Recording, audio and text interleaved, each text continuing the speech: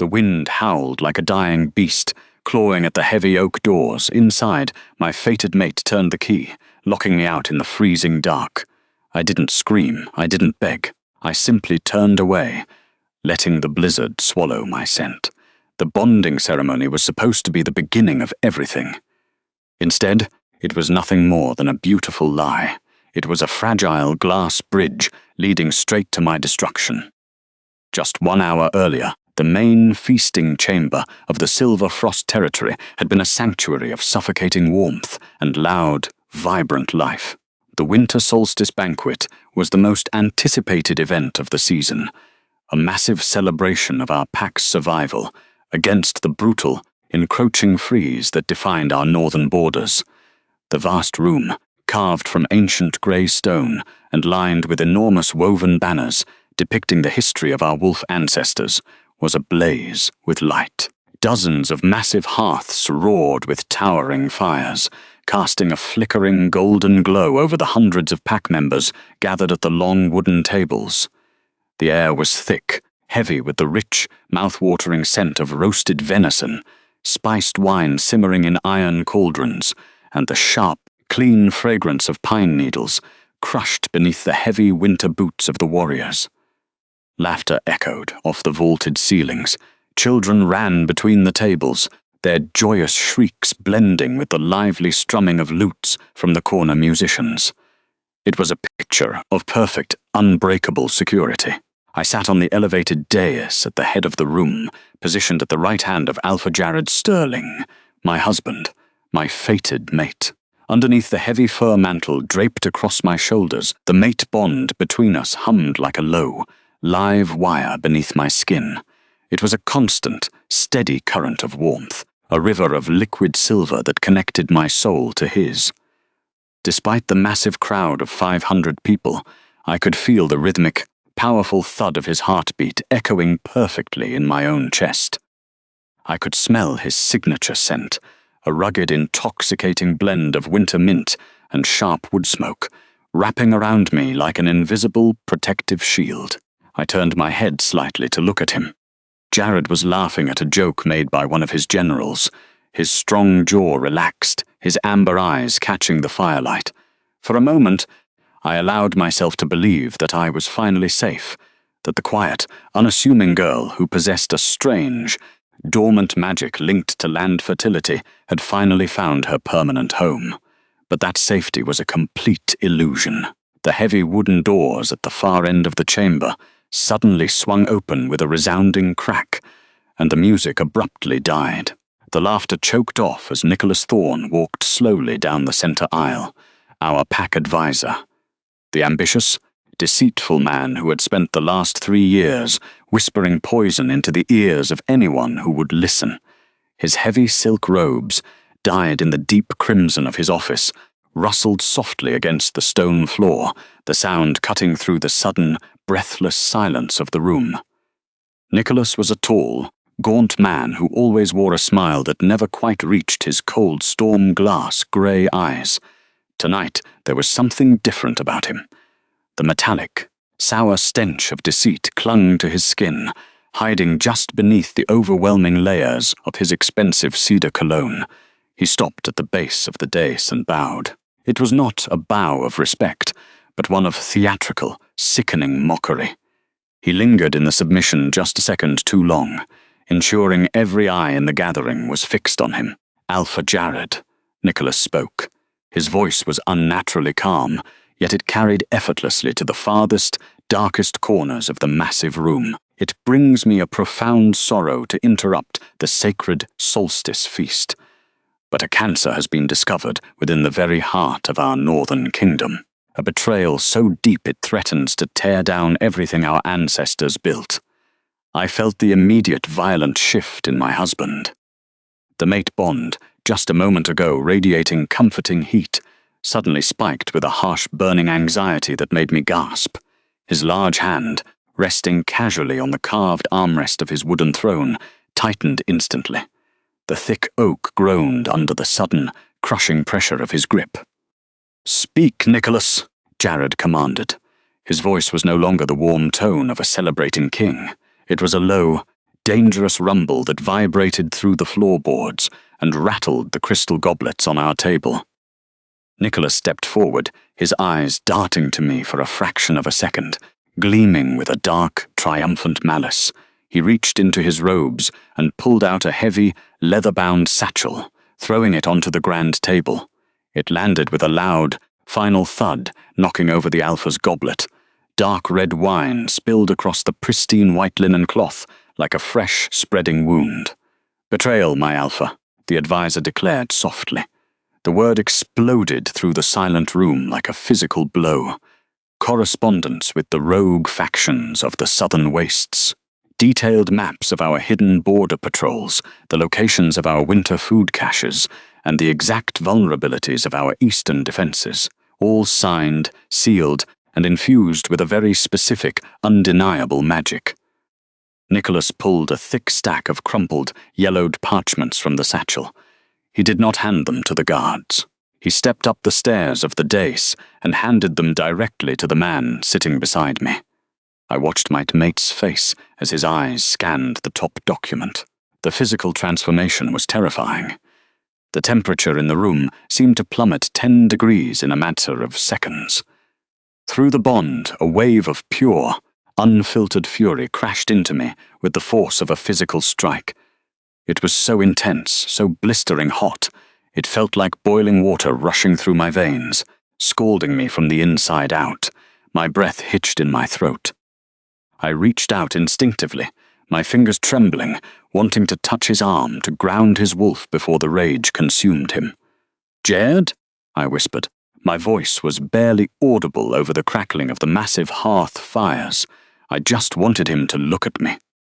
He flinched away from my touch, as if my fingers were coated in acid. The physical rejection sent a sharp, agonizing jolt through my chest. It was the first time he had ever looked at me with disgust. When Jared lifted his heavy head, his eyes were no longer the soft, familiar amber I woke up to every morning. They had shifted entirely into the feral, glowing gold of an apex predator ready to tear its prey to shreds. His jaw clenched so hard I heard the audible grind of his teeth. His chest heaved, his breathing turning into the ragged, uneven pants of his inner wolf violently fighting for control of his human body. "You," Jared snarled. The word was a weapon. It was aimed directly at my throat, dripping with a venom I had never heard before. "I don't understand," I said, keeping my voice steady, though my heart was hammering against my ribs like a trapped bird desperately beating its wings. "What are those documents?" He didn't answer. He threw the heavy stack of papers directly at my face. They scattered and fluttered down into my lap, heavy with dark ink and false promises. "Do not dare lie to me, Elena," Jared roared. He stood up so violently his heavy wooden chair tipped backward and crashed onto the stone floor with a deafening crack. The entire gathering gasped, 500 wolves taking a collective, terrified step back. "Your scent is all over these letters, the residual magic of the earth, your unique, dormant signature. It is woven into the very wax of the seals." I looked down at the parchment resting on my velvet dress. The heavy black wax seals bore the crude imprint of a lone wolf. Beneath the sharp smell of the ink, there was a faint, sickeningly sweet scent of dark magic. It had been carefully, meticulously manipulated to mimic my own rare land-healing abilities. Nicholas Thorne had crafted a flawless masterpiece of deception, using my own magical signature against me. I looked at the advisor. Nicholas was standing off to the side, watching me with a look of utter, hollow victory. He had been planning this execution for months. He had slowly poisoned my husband's easily manipulated mind with whispers of my supposed inadequacy, twisting my quiet nature, framing my silent endurance and introversion as cold detachment and disloyalty. "This is a forgery," I said, my voice cut cleanly through the thick, oppressive silence of the room. I did not raise my pitch. I did not scream in panic. I looked directly into the Alpha's glowing eyes, praying that the mate bond, the ancient, sacred string of light connecting our souls, would show him the undeniable truth of my innocence. "Someone has laced these papers with a glamour. Look at me, Jared. feel the bond between us. You know I would never betray our pack. But my mate was completely blind. His arrogance, his legendary temper, had completely consumed his reason. Through the bond, I felt nothing but a solid, impenetrable wall of dark ice. He was actively shutting me out, severing the emotional bridge between our souls. The physical pain of that intentional severing was excruciating. It felt like a serrated iron blade slowly soaring through my ribcage. I gripped the edges of the table to keep from collapsing under the weight of the agony. "The bond?" Jared sneered. His upper lip curled to reveal the sharp, lethal points of his lengthening fangs. "The bond is the only reason I am not tearing your throat out on this very dais. You have endangered my people. You have sold our deepest secrets for gold and promised safe passage." "Alpha," Nicholas murmured smoothly. He stepped forward again, playing the role of the reluctant, dutiful executioner to perfection. The law is clear. Such betrayal by a Luna cannot be punished with mere imprisonment in the dungeons. The pack must see that your justice is unyielding, that no one is above the safety of our people. Jared did not look at his advisor. His furious, glowing eyes remained locked on mine. They were filled with a chaotic mixture of hatred and a strange, desperate agony that his pride completely refused to acknowledge. His chest continued to heave. "Stand up, Elena," Jared commanded. His voice was completely devoid of any warmth. It was the cold, detached tone of an executioner. I stood. I deliberately smoothed the heavy skirts of my winter dress, forcing my muscles to lock, refusing to let my hands shake. I would not give Nicholas the satisfaction of seeing my terror. I definitely would not give my husband the satisfaction of seeing my tears. "Relinquish the silver pack sanctum keys," Jared ordered. His voice echoed off the vaulted ceilings like thunder. There was no hesitation in his demand. A collective, horrified murmur rippled through the hundreds of watching wolves. These ancient relics were not just pieces of metal. They were a heavy ring of iron keys carved with wolf runes, forged in the sacred fires of the first alphas. They represented the Luna's sovereign authority over the pack's sanctuary, the winter food stores, the healing wards, and the deepest, most protected vaults of our territory. They were the physical manifestation of my place by his side, the very symbol of my worth. Slowly, deliberately, keeping my eyes locked on his, I reached down to the thick leather belt at my waist. My fingers brushed the cold, ancient iron. I unhooked the ring. The metallic clinking echoed like a solitary funeral bell in the silent room. I held them out to him. Jared reached forward, his large, calloused hand wrapping around the iron. For a fraction of a second, his bare skin brushed against my knuckles. A sharp, violent spark of the mate bond flared to life between us, a desperate, dying plea from our inner wolves to stop this horrific madness. I saw a micro-expression of hesitation flicker across Jared's face.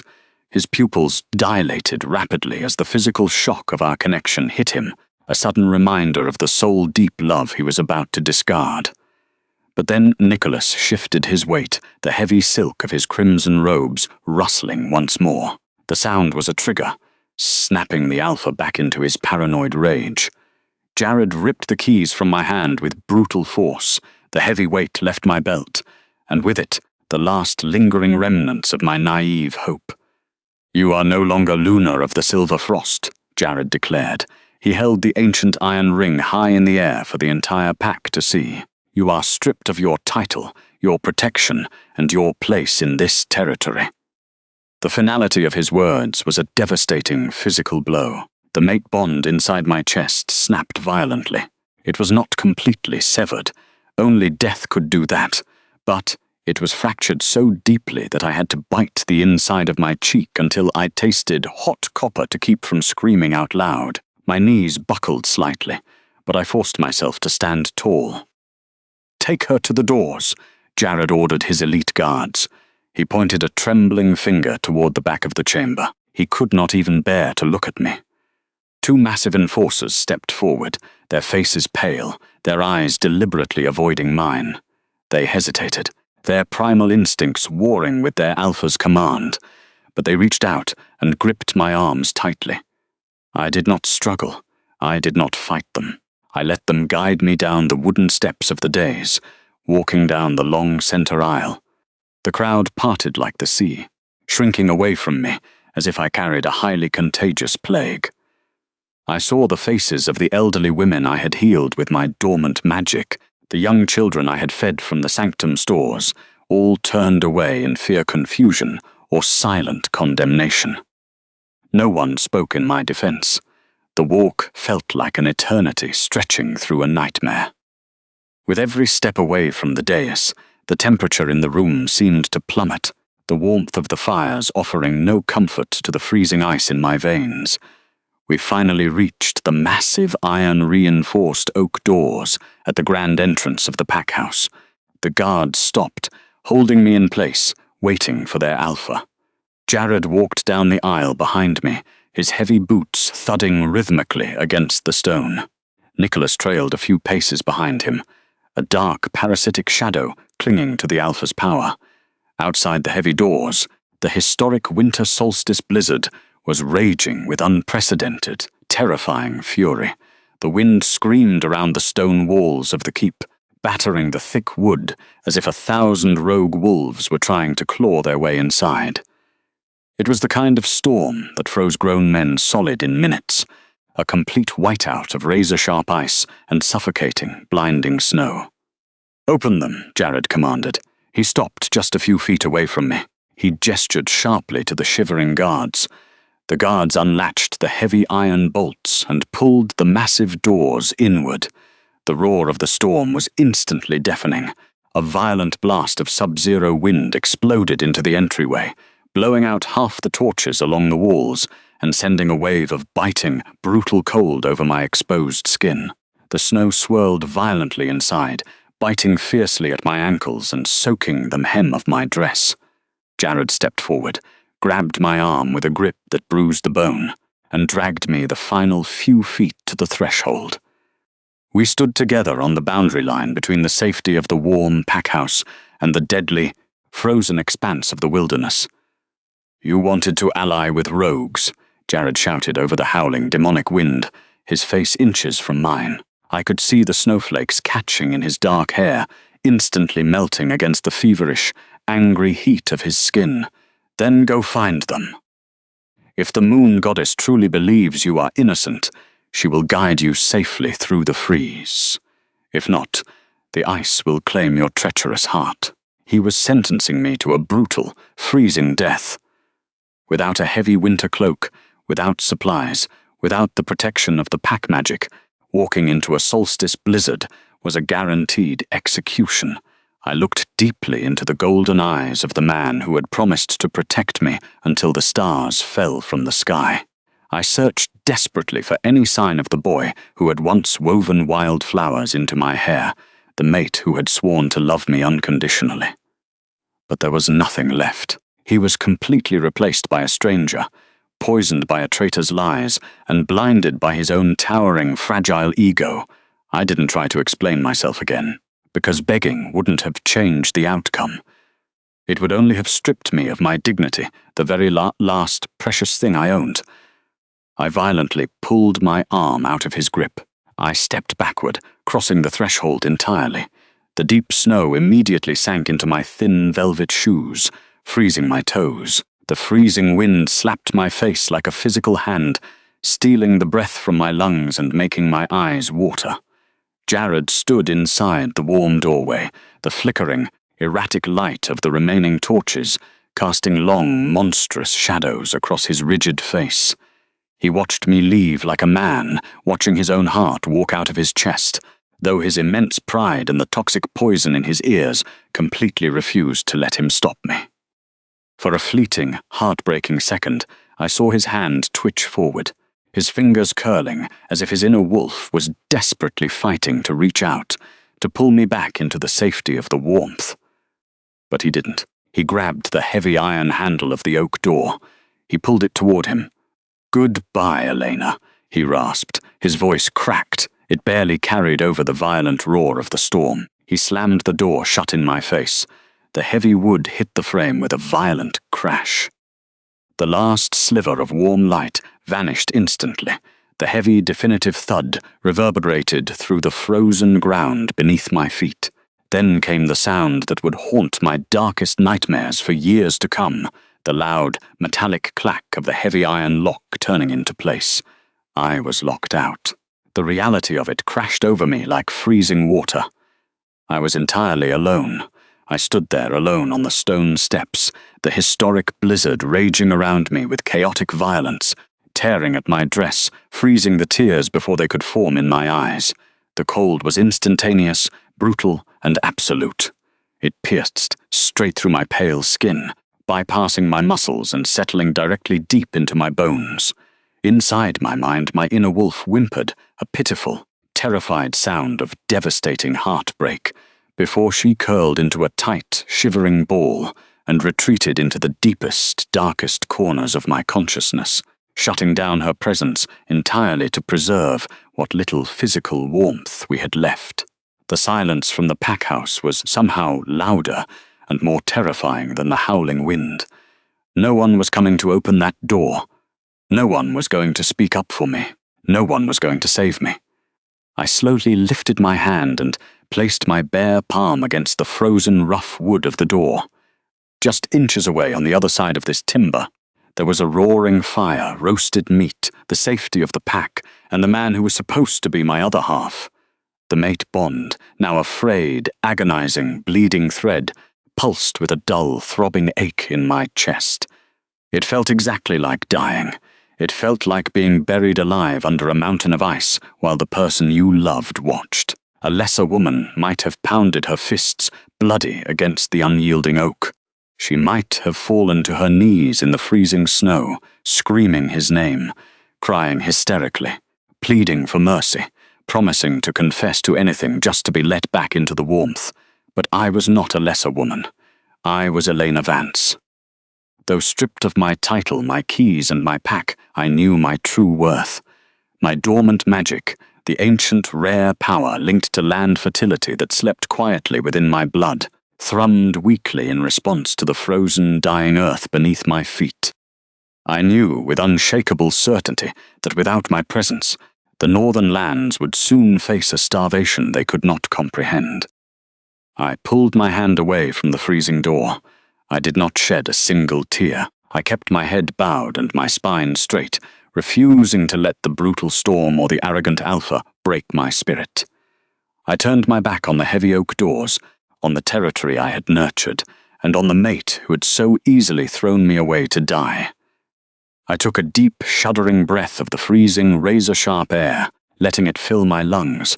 I let the ice freeze the last pathetic remnants of my love for Jared Sterling. And then, in solemn, unbroken, dignified silence, I walked down the snow-covered steps. I vanished into the blinding, freezing white darkness of the blizzard. The storm welcomed me with open, freezing arms. The wind screamed in my ears, a deafening roar that drowned out the sound of my own ragged breathing. Every step I took away from the pack house required a monumental effort, my velvet shoes offering absolutely no protection against the rapidly accumulating snowdrifts. The cold was a physical entity, a cruel predator sinking its icy teeth into my exposed neck and bare hands. I could feel the microscopic ice crystals forming on my eyelashes, blurring my vision as I forced my legs to keep moving forward into the treacherous tree line. My dormant magic, the quiet, ancient pulse of fertility that had kept the northern lands thriving for years, began to pull back, retreating from the soil in tandem with my own fading strength. I knew, as the numbness began to claim my extremities, that Jared had not just condemned me to freeze. He had unknowingly condemned his own territory to a brutal, barren starvation. They had chosen the advisor's lies over the Lunar's truth, and the earth itself would make them pay the price. 3 hours passed in the blinding whiteout, 3 hours of wading through snow that reached my knees. The brutal solstice blizzard showed absolutely no mercy.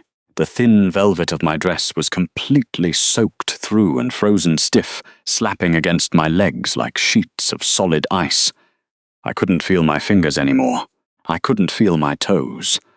The physical pain of the cold had eventually shifted into a heavy, intoxicating lethargy that whispered dark promises of rest. My inner wolf was entirely silent. The frayed, bleeding thread of the mate bond in my chest had gone completely numb, a dead weight sitting heavily over my lungs. I was surviving on pure, spiteful willpower, but the human body could only endure so much without warmth. I stumbled over a buried root. My knees hit the frozen ground with a sickening crack. I didn't have the strength to catch myself.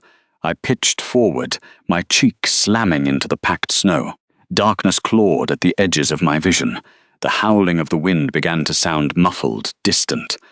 I lay there in the dark woods, the snow quickly piling over my shivering form. This was it, the inevitable end. I closed my eyes, letting out one final ragged breath.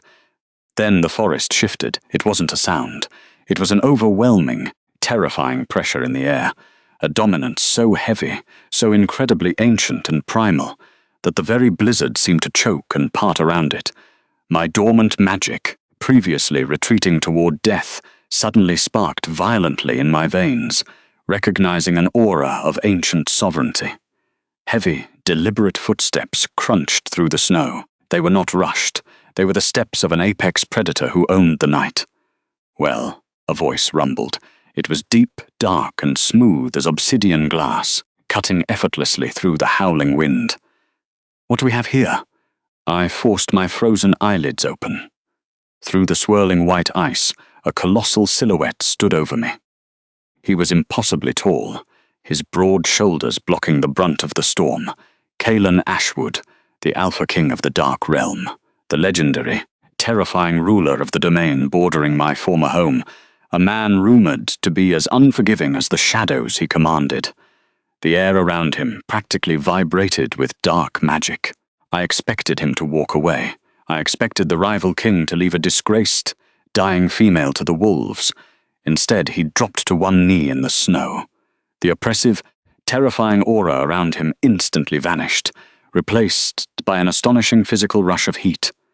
He reached out with large, scarred hands, his touch surprisingly gentle as he brushed the frozen hair from my face. "A silver frost lunar," Kaelen murmured, his piercing gaze dropping to the empty space on my belt where the iron rings used to rest. He noted my frostbitten skin, the torn velvet, the complete absence of a pack scent. His eyes, the color of a stormy midnight sky, narrowed. The temperature around us spiked dramatically as a low, dangerous growl rattled in his chest. No, not a lunar anymore, a survivor. Before I could gather the strength to speak, Kaelen unclasped the heavy mantle from his own shoulders. It was the ember-woven shadow cloak. The legendary garment radiated an intense magical warmth that immediately hit my face like the summer sun. He wrapped the thick, enchanted fabric securely around my trembling body. The heat was instant. It seeped through the frozen velvet, sinking straight into my freezing bones. The smell of cedar, dark earth, and rain washed over me, chasing away the bitter metallic scent of Jared's betrayal. I rasped, my lips cracking and bleeding with the effort. "I am not." "Shh," Kaelen commanded softly. He scooped me into his massive arms as effortlessly as if I weighed nothing at all. He held me tightly against his chest, shielding my face from the biting wind. There was no hesitation, no cruel judgment, just absolute, unyielding protection. "You don't need to explain anything, little wolf. I know exactly what Jared Sterling threw away, and I know exactly what I just found." He stood up, turning his back on my old borders, as he carried me toward the deep, protective shadows of his own kingdom. The rhythm of his stride was the only thing anchoring me to the waking world. With every step Kaelen took, his broad chest rose and fell in a steady, unbroken cadence against my frozen cheek. Outside the protective barrier of his arms, the historic solstice blizzard raged on with mindless fury. A vortex of blinding ice and howling wind sought to finish the brutal executions my ex-mate had started. But the storm could no longer touch me. I was finally shielded. Wrapped tightly in his enchanted garment, I was cocooned in a radiating, almost magical heat. The heavy fabric pulsed with a deep warmth that seeped past the stiff, ruined velvet of my dress, and sank directly into my aching bones. It felt exactly like lying beside a roaring hearth fire, yet we were moving steadily through the deadliest storm of the century. My eyelashes, which had been frozen shut with microscopic ice crystals moments before, began to thaw. Heavy drops of water tracked slowly down my pale face, mingling with the last remnants of my frozen tears.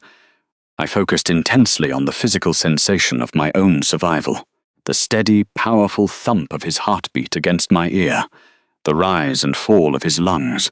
He was carrying me away from the only life I had ever known, away from the heavy iron keys I had worn with such pride and dignity, away from Jared Sterling, the man who had blindly ordered my death over Nicholas Thorne's vicious, calculated lies. The sheer injustice of it all burned in my chest, a phantom ache where my old packlink used to reside. I had given them everything. I had used my dormant magic to keep their lands fertile. In return, they had locked the iron gates against me. I had walked out into the frozen velvet of the night, fully expecting to perish in the snow. But fate had intervened in the form of a rival alpha. I kept my eyes closed, too exhausted to face the terrifying reality of my survival.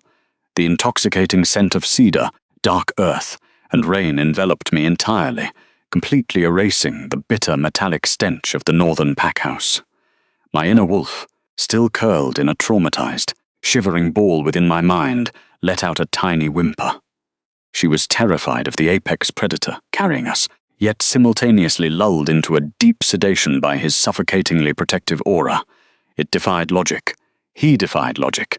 I was being held by Kaelen Ashwood, the rival alpha, the undisputed monster of the Northern Territories. For years, Nicholas Thorne and the corrupt elders of my former home had painted this man as a ruthless, bloodthirsty savage, a warlord who commanded the shadows and slaughtered his enemies without a single ounce of mercy. Yet, as his calloused, scarred hands supported my weight with deliberate, painstaking gentleness, I felt absolutely no fear. The man who had promised to love me eternally had locked me out to die in the snow. The man who was supposed to be my enemy was shielding my battered body from the biting wind with his own flesh. As we moved further away from the borders I had once known, a profound physical shift occurred in the atmosphere. Even hovering precariously on the edge of unconsciousness, my dormant magic reacted violently to the change. The ancient pulse of fertility that resided in my blood had spent years connected to the rich soil of Jared's territory, keeping his crops alive and his people fed. Now, that connection was brutally severed. In its place, I felt a heavy, sorrowful resonance beneath the deep snowdrifts. We had crossed into the Shadow Clan domain. I could physically feel the oppressive presence of the cursed obsidian soil beneath the thick layers of ice. It was a barren, desolate earth, weighed down by centuries of dark magic and the spilled blood of ancient wars. There was no vibrant life pulsing within it. No heartbeat of growing roots or sleeping seeds. It was a broken, shattered land crying out in silent agony. Deep within my chest, my suppressed magic flared weakly in response. A primal, maternal instinct urged me to reach out and heal the broken ground, to pour my life force into the dirt, but I was simply too depleted to answer the call, left with nothing but a hollow ache of emptiness. For centuries, this vast territory had remained a sterile wasteland, unable to sustain the massive pack that called it home. My bloodline could change that. I was the missing piece to their survival, just as their alpha was the missing piece to mine. Every ounce of energy I had left was focused solely on drawing my next breath. The frozen air burned my lungs with every inhale, but the thick mantle kept the worst of the lethal chill at bay. I leaned closer to Kaelen, instinctively seeking the absolute source of the radiating heat.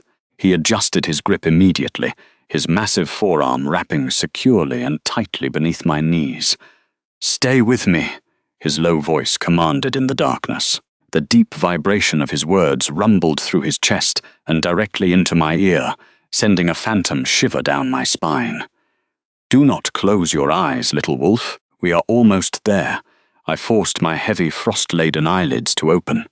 Through the small gap in the heavy fabric, I saw the violent storm finally beginning to break.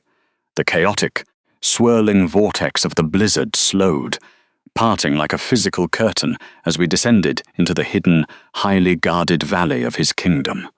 Looming out of the darkness, the Shadow Pack Keep stood as a grim monolith of war, carved for nothing but defense.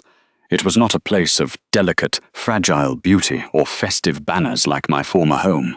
The fortress was constructed entirely from massive blocks of jagged black stone, its towering spires piercing the night sky like the claws of a resting beast. Enormous iron braziers lined the exterior walls, burning with a smokeless amber fire that cast an intimidating fiery glow across the expansive courtyard. I stared at the brutalist architecture, marveling weakly at its sheer scale. Everything about this place spoke of war, survival, and unyielding strength. It was the exact opposite of the fragile, politically obsessed court Nicholas Thorne had built around my easily manipulated husband. Here, there were no facades, no lies hidden behind polite smiles. As the Alpha carried me through the main iron gates, my stomach plummeted. I braced myself for the inevitable chaos. I expected shouts of alarm, the harsh clashing of drawn weapons, the suspicious, glaring eyes of a rival pack discovering a disgraced outsider brought directly into their stronghold. Instead, there was only a disciplined, terrifying silence. Elite guards draped in thick, dark furs stepped smoothly out from the shadows of the courtyard, their glowing eyes locked instantly onto the imposing figure of their Alpha. Not a single word of protest was spoken. They did not demand to know why their fearsome leader was carrying a half-dead woman in his arms. As Kaelen walked past the defensive perimeter, every single guard dropped gracefully to one knee. They bowed their heads in a synchronized, flawless wave of unquestioning submission and fierce loyalty. It was a visceral, breathtaking display of absolute power. These were the legendary warriors of the North, the feral fighters who struck terror into the hearts of every neighboring territory. Yet here, they knelt in perfect obedience to the man holding me like a fragile, precious treasure. The staggering respect he commanded took my remaining breath away. It was a stark, undeniable contrast to my former pack, where Jared's authority was constantly undermined by whispering advisors and endless political maneuvering. Here, the Alpha's word was an undeniable force of nature. We entered the great hall of the keep. The massive, iron-reinforced doors swung shut automatically behind us, instantly cutting off the howling remnants of the storm. The air inside the fortress was thick and blessedly warm. It smelled of aged wood smoke, old stone, and roasted meat, completely lacking the toxic anxiety of the solstice banquet I had fled. Alpha, a tall, silver-haired man, approached swiftly from a side corridor. His expression remained strictly neutral, but his sharp eyes darted momentarily to the bundle trembling in his ruler's arms. He was the beater, perfectly accustomed to handling his leader's sudden, dominant actions. The silver wolf insignias on his thick fur mantle gleamed in the dim light, a stark reminder that I was deep behind enemy lines. "Have Dr. Finch sent to my private chambers immediately," Kaelen ordered. His tone was smooth as glass, yet it carried a razor-sharp edge of lethal authority that left absolutely no room for debate. "And tell the quartermaster to send up the thickest dry furs we have, along with a basin of boiling water. Let no one else step foot on that floor. Dr. Finch." The name rang a faint, distant bell in the back of my mind. An elder healer of the Obsidian stronghold, widely known for his deep, unparalleled knowledge of ancient bloodlines.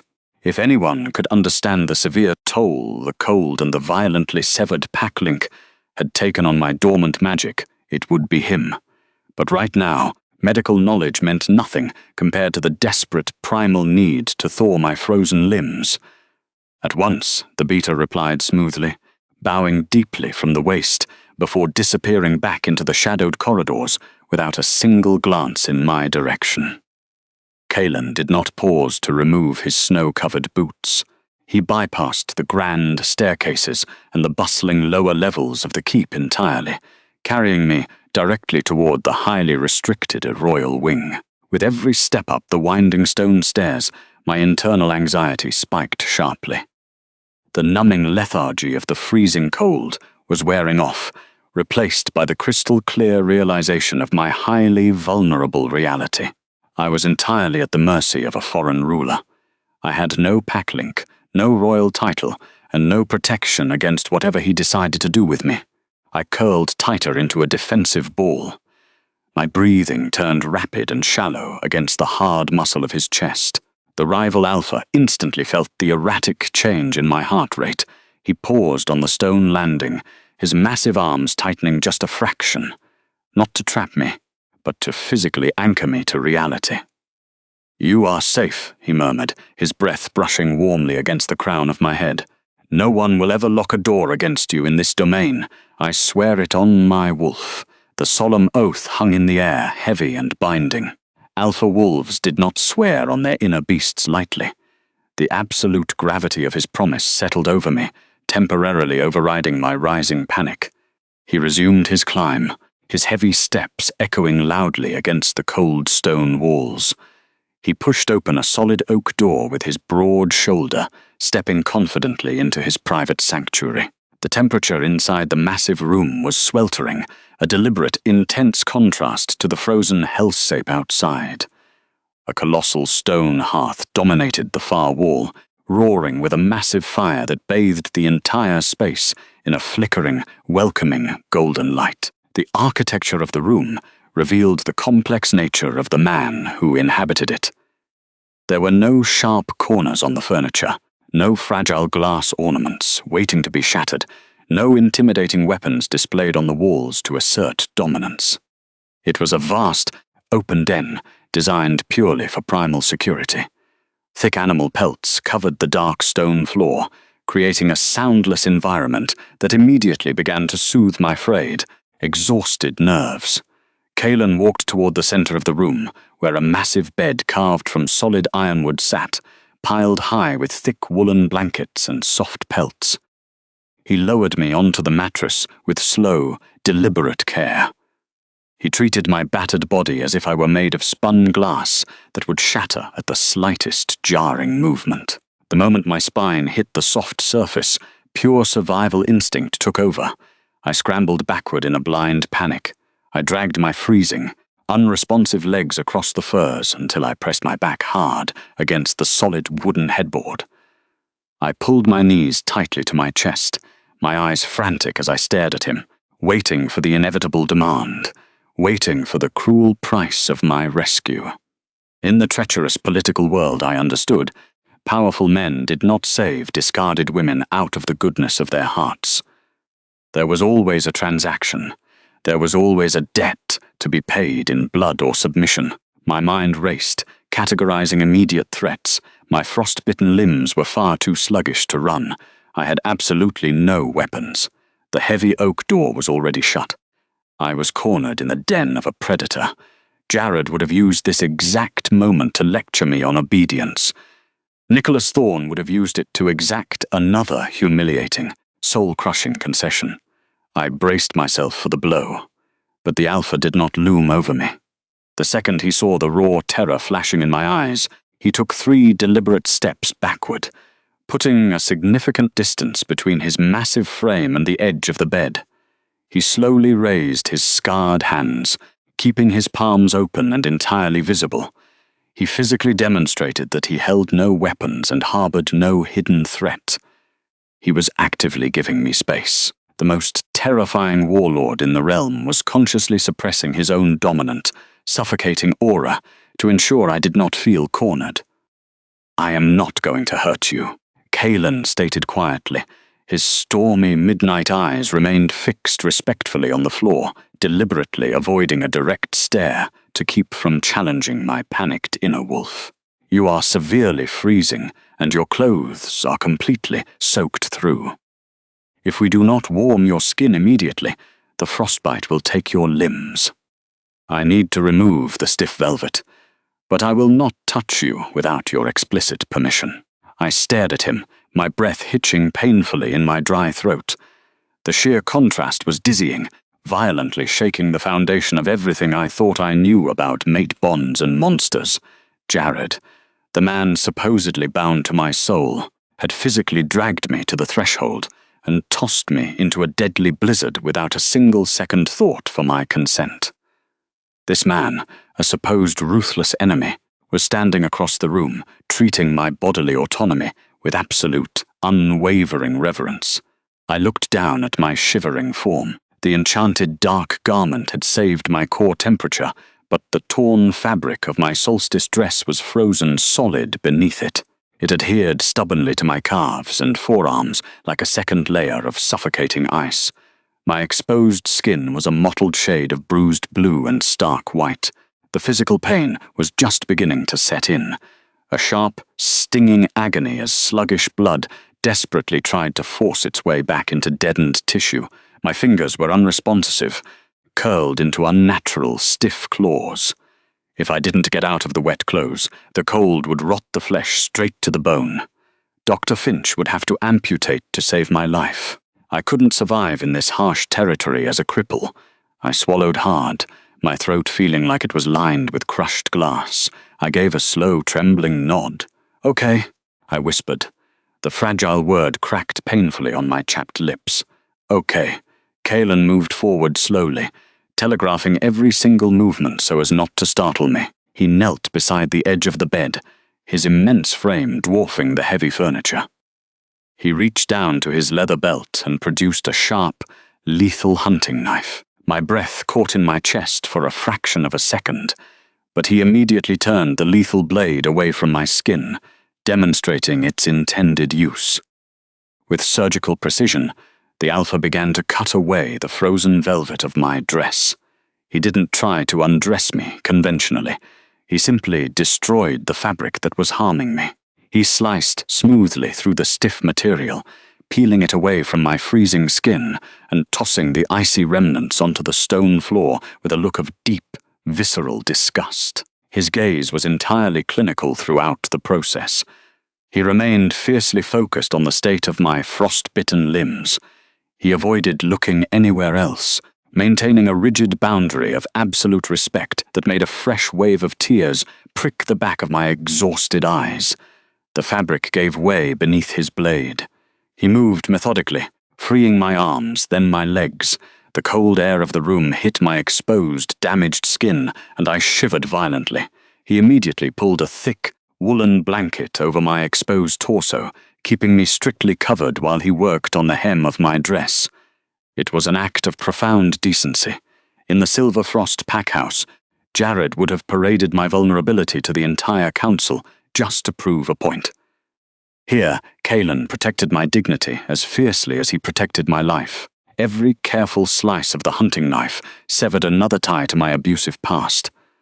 The ruined velvet fell away, and with it, the last remnants of the obedient, silent Luna I used to be. A rhythmic knock sounded at the thick oak door. Kaelen paused his work instantly. He quickly pulled a dry fur blanket over my trembling shoulders to completely preserve my modesty before barking a command to enter. It was the silver-haired Beta. He carried a steaming iron basin of water and a stack of clean linen cloths. He set down the items carefully on a nearby wooden table, bowed respectfully without making eye contact with me, and immediately left the room.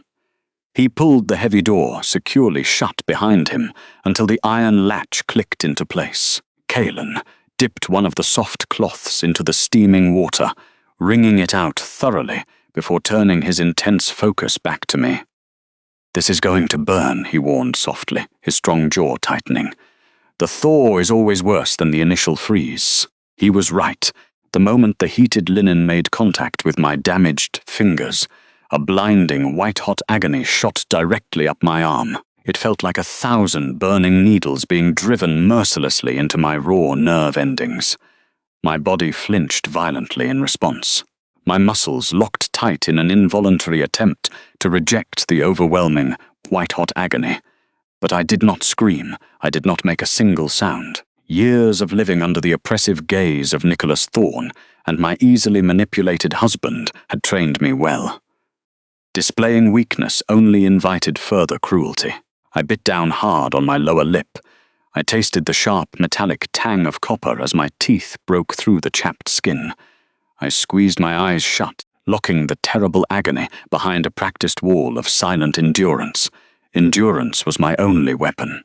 It was the only thing Nicholas Thorne hadn't been able to strip from me when he falsely accused me of treason. I focused intensely on the dark expanse behind my closed eyelids, actively separating my mind from my screaming nerves. I breathed through my nose, shallow and controlled. I refused to let the ghost of Jared's mockery echo in this sanctuary. I had survived the lockout. I had survived the solstice blizzard. I would survive this thaw. Kaelen stopped moving completely. His warm hands literally froze in midair over my wrist.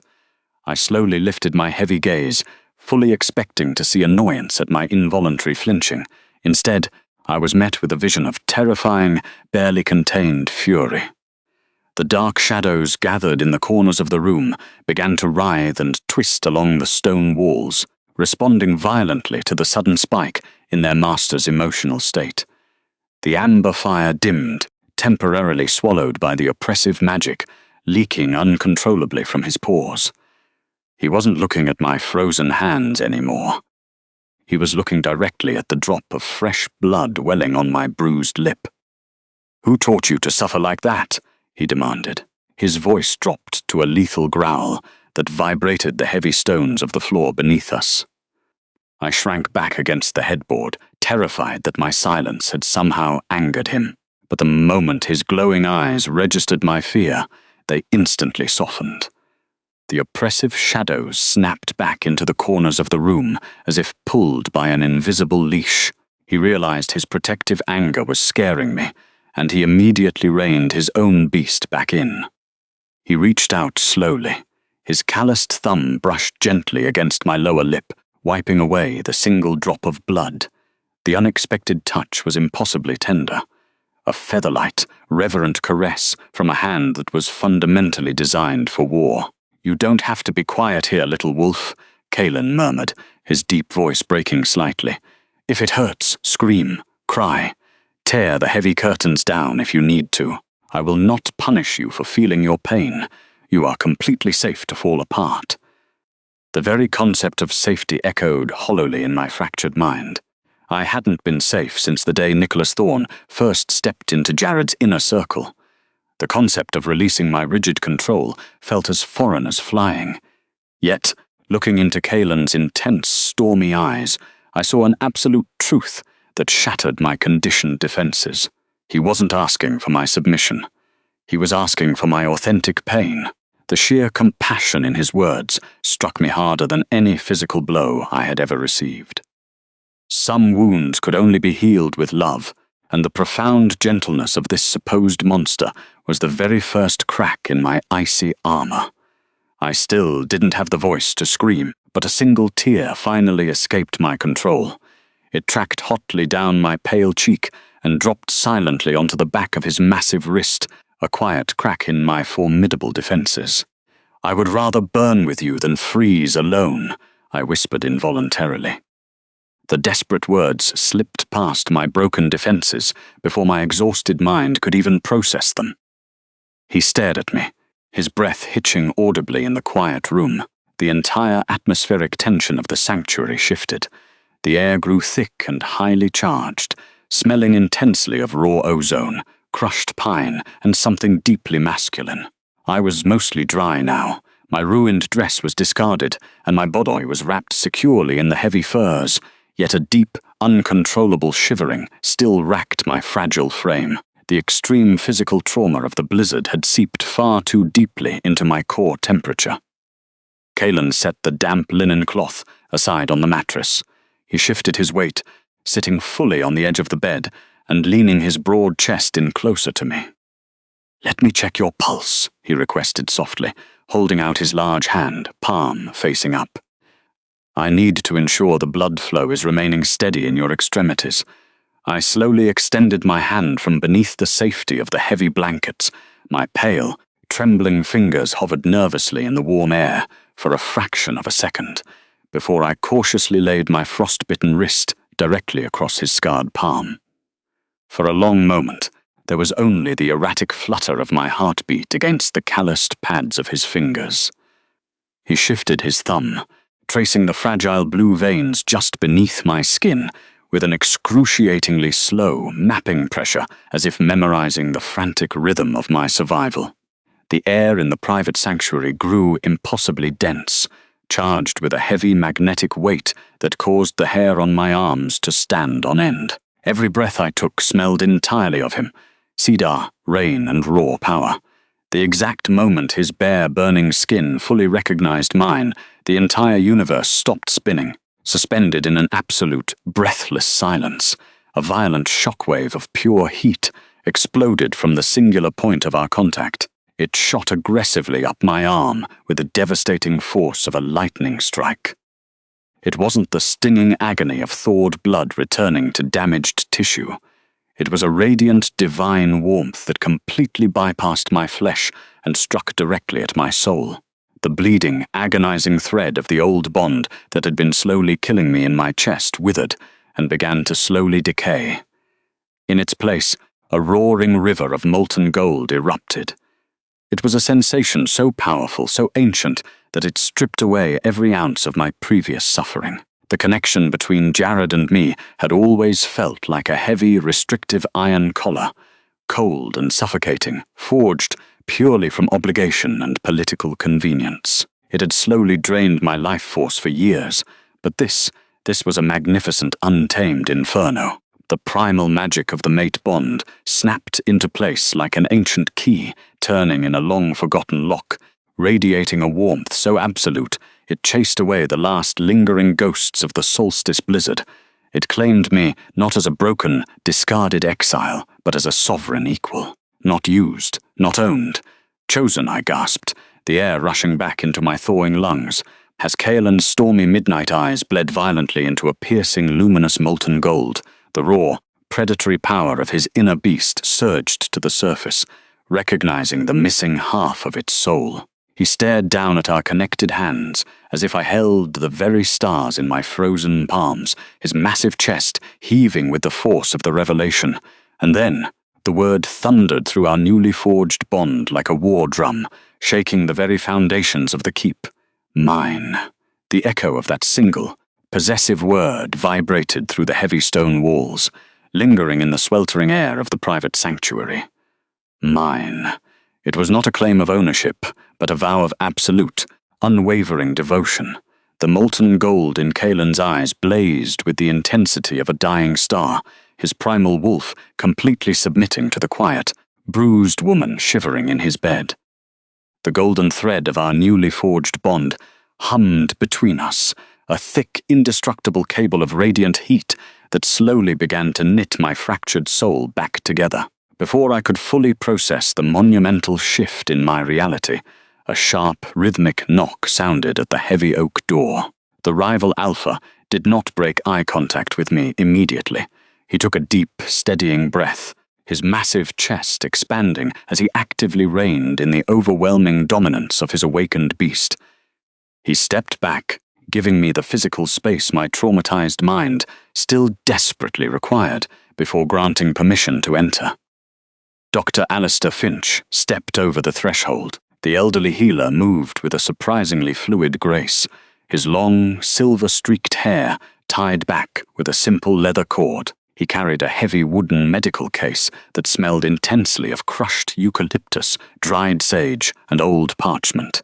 His sharp, intelligent eyes swept the room, taking in the discarded, ruined velvet on the floor, the roaring hearth, and finally, the glowing, protective aura radiating from his sovereign. Dr. Finch did not ask questions. He simply approached the bed with clinical, spectral precision. "My king," the physician murmured, bowing his head slightly. I came as swiftly as the storm permitted. Kaelen moved to the side of the mattress, standing like a towering sentinel. Her core temperature dropped dangerously low. The frostbite on her extremities is severe. Do whatever is necessary to save the tissue, Alistair. Spare absolutely no resource.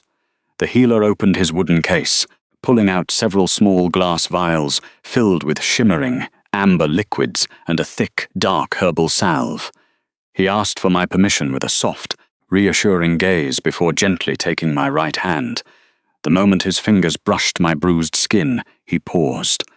A deep furrow appeared between his greying eyebrows. He wasn't just feeling the physical damage of the ice, he was sensing the deep underlying currents of my dormant magic. Fascinating, Doctor. Finch whispered to himself, his voice barely audible over the crackling fire. He applied a thick layer of the ointment to my frozen fingers. The mixture smelled of damp earth and sharp mint, and it immediately produced a soothing, cooling sensation that counteracted the white-hot agony of the thaw.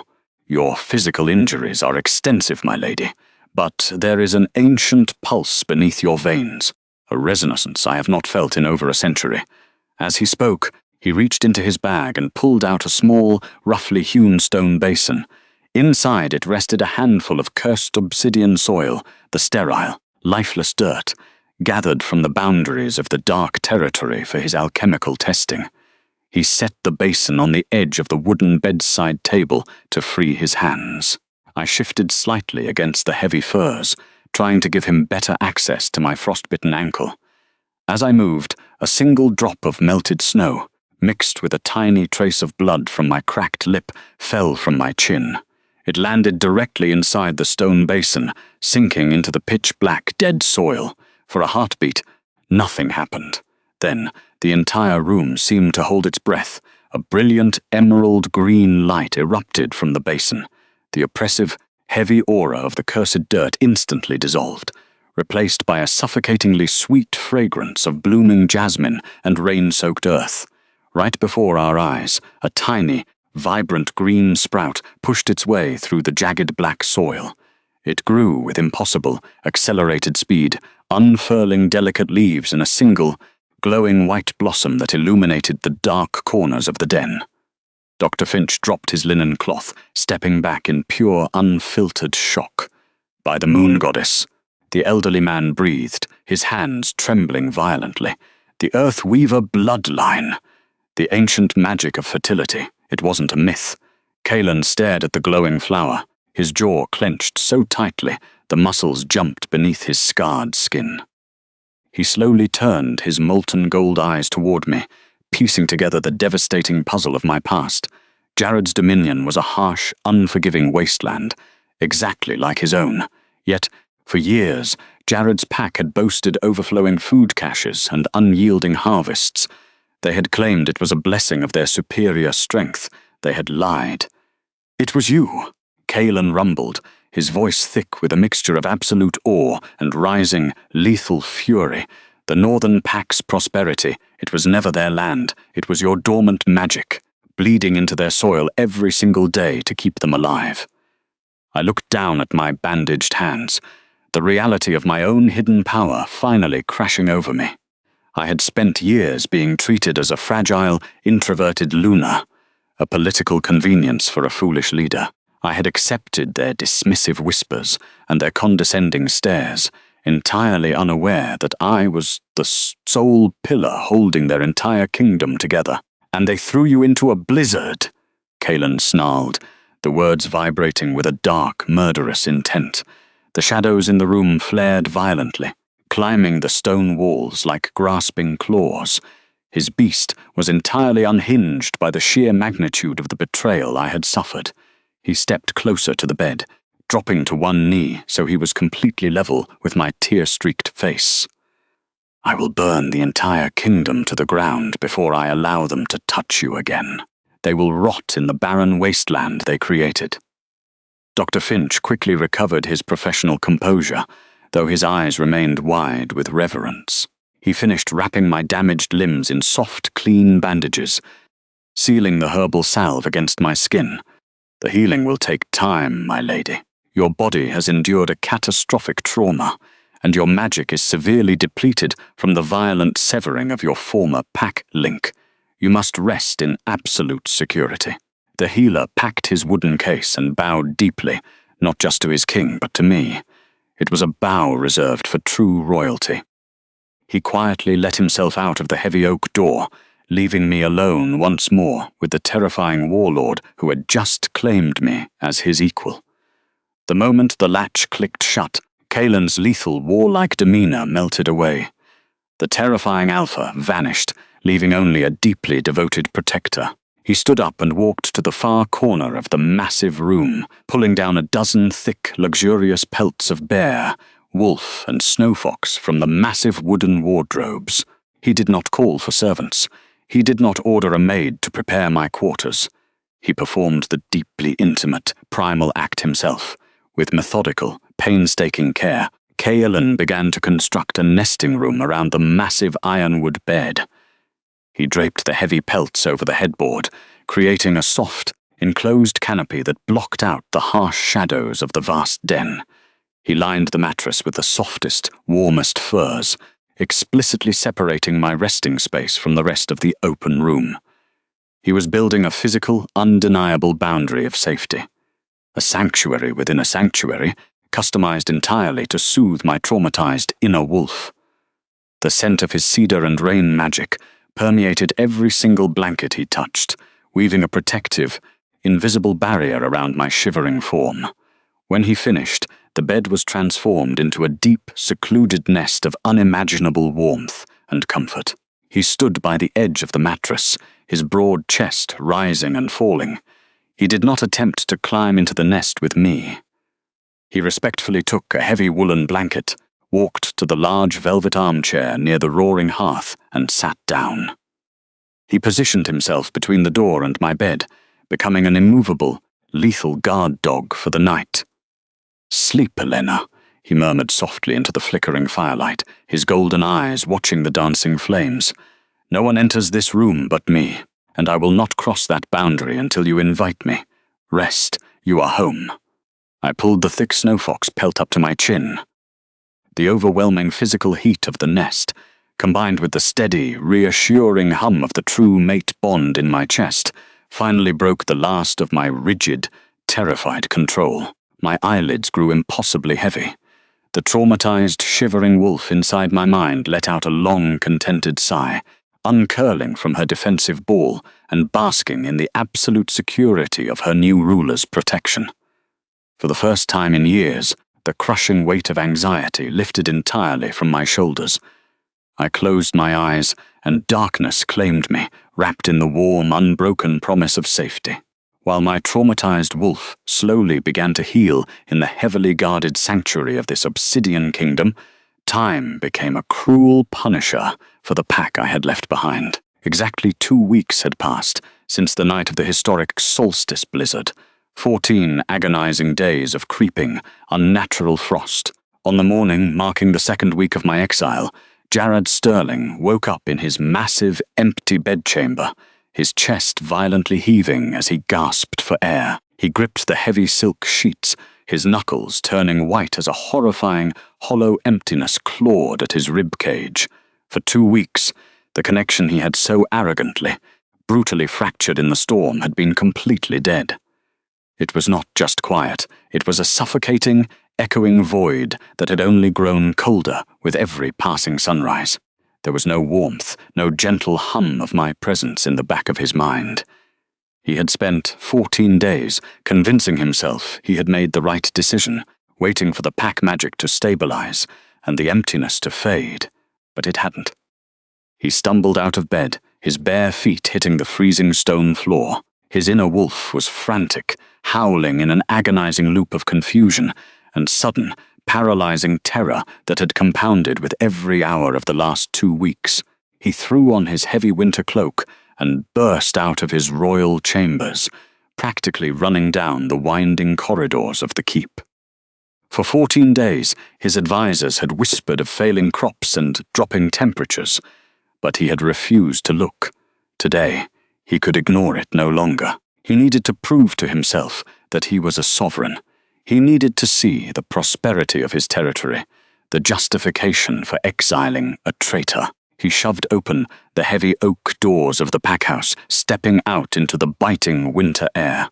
The scene that greeted him was the terrifying culmination of 2 weeks of quiet devastation. The protective magical wards surrounding the main courtyard had completely collapsed. The grand greenhouses, which had thrived through the harshest winters, were entirely encased in solid black ice. Jared ran toward the agricultural sector, his breath pluming in white clouds of panic. He tore open the glass door of the largest cultivation dome. The rich, fertile soil had turned a sickly, ashen grey over the last 14 days. The towering stalks of winter wheat were blackered and shriveled, crumbling into dead dust the moment the wind touched them. The fruit-bearing vines hanging from the ceiling were rotting rapidly, a foul stench of a fortnight's decay filling the enclosed space. The physical warmth that had always radiated from the earth was gone, replaced by a creeping, lethal frost. Alpha, an elderly councilman, rushed toward him, his face pale and contorted with sheer panic. The food caches, the preservation spells we set up after the storm, have completely failed. The meat we stockpiled over the last 2 weeks is turning rancid. The wells are freezing solid. The pack magic is dying. Jared stared at the crumbling soil, his amber eyes wide with a dawning, catastrophic realization. The fertility of the silver frost had never been a result of his leadership. It had never been the blessing of the moon goddess upon his reign. It had been her, the quiet, unassuming woman he had publicly humiliated, the wife he had ruthlessly stripped of her sacred authority, hauled to the threshold, and locked outside to freeze. My dormant magic had been the only thing keeping the entire kingdom alive. And the moment I crossed the border 2 weeks ago, the land had instantly recognized my departure and begun to die. A sickening wave of dread washed over him, completely overriding his legendary arrogance. He turned sharply on his heel, his heavy boots crunching violently against the dead earth, and stormed back toward the main keep. His mind raced back to the night of the blizzard. The forged documents, the dark magic scent Nicholas Thorne had so eagerly pointed out. Jared bypassed the grand staircase and headed directly for his private study. He kicked the wooden door open, startling the 2 guards stationed inside. He walked straight to his massive desk, snatching up the leather-bound satchel the advisor had presented at the banquet. He dumped the yellowed parchments onto the polished wood. Over the past 2 weeks, without the constant, purifying presence of my land-healing magic in the pack house, the intricate glamour Nicholas had woven over the letters had rapidly broken down. The sweet, manipulated scent of my signature was fading, evaporating into the cold air. Underneath it, the true stench of the forgery was finally laid bare. It was a foul, metallic odor of swamp rot and cheap, illegal blood magic, the unmistakable signature of a black market spellcaster. Jared's hands began to shake uncontrollably. He picked up the heavy wax seal, crushing it between his fingers. It shattered, revealing a small, hidden incantation rune carved directly into the parchment. It was a manipulation spell, designed to mimic another wolf's scent. He had been played. He had allowed his fragile ego and his paranoia to be manipulated by a power-hungry snake. He had sentenced his true mate, the very lifeblood of his territory, to a brutal execution based on a fabricated lie. A low, feral growl started deep within his chest, vibrating with a level of self-hatred and pure, unadulterated rage he had never experienced. His amber eyes shifted into a dark, bloodshot yellow. His fangs descended, tearing through his bottom lip. "Haul him to the Great Hall," Jared roared, his voice shattering the remaining glass panes in the study windows. "Bring Nicholas Thorne to me now." 10 minutes later, the ambitious advisor was forcefully hauled into the massive feasting chamber by 4 elite enforcers. Nicholas looked disheveled, his crimson silk robes rumpled from being violently pulled out of his bed. The great hall was entirely devoid of the warmth and laughter from 2 weeks before. The roaring hearths had died down to pathetic, smouldering embers, unable to combat the creeping cold that was slowly overtaking the castle. "Alpha Jared, what is the meaning of this outrage?" Nicholas demanded, trying to mask his rising panic with his usual smooth, theatrical arrogance. He straightened his spine attempting to look down his nose at the furious king. "I have served this pack faithfully. I exposed the traitor in our midst." Jared did not speak. He walked slowly down the steps of the dais, his boots heavy against the stone. He held the forged, rune-marked parchment in his right hand. He stopped inches away from the tall, gaunt man, the overwhelming pressure of his volatile beast suffocating the air between them. Nicholas's storm-glass grey eyes dropped to the paper. He saw the broken seal. He smelled the exposed blood magic. His smug facade cracked instantly, replaced by a mask of absolute, paralyzing terror. "Alpha, please, I can explain," Nicholas stammered, taking a desperate step backward. His voice lost all its usual dark poetry, pitching up into a pathetic whine. "She was a weak Omega. She held no power. I did it for the strength of our pack. I did it for you." Jared lunged forward. His massive hand shot out, his calloused fingers wrapping around Nicholas's throat with bone-crushing force. He lifted the treacherous advisor clean off the stone floor. Nicholas choked, his legs kicking wildly in the empty air, his hands desperately clawing at the thick, muscular arm holding him aloft.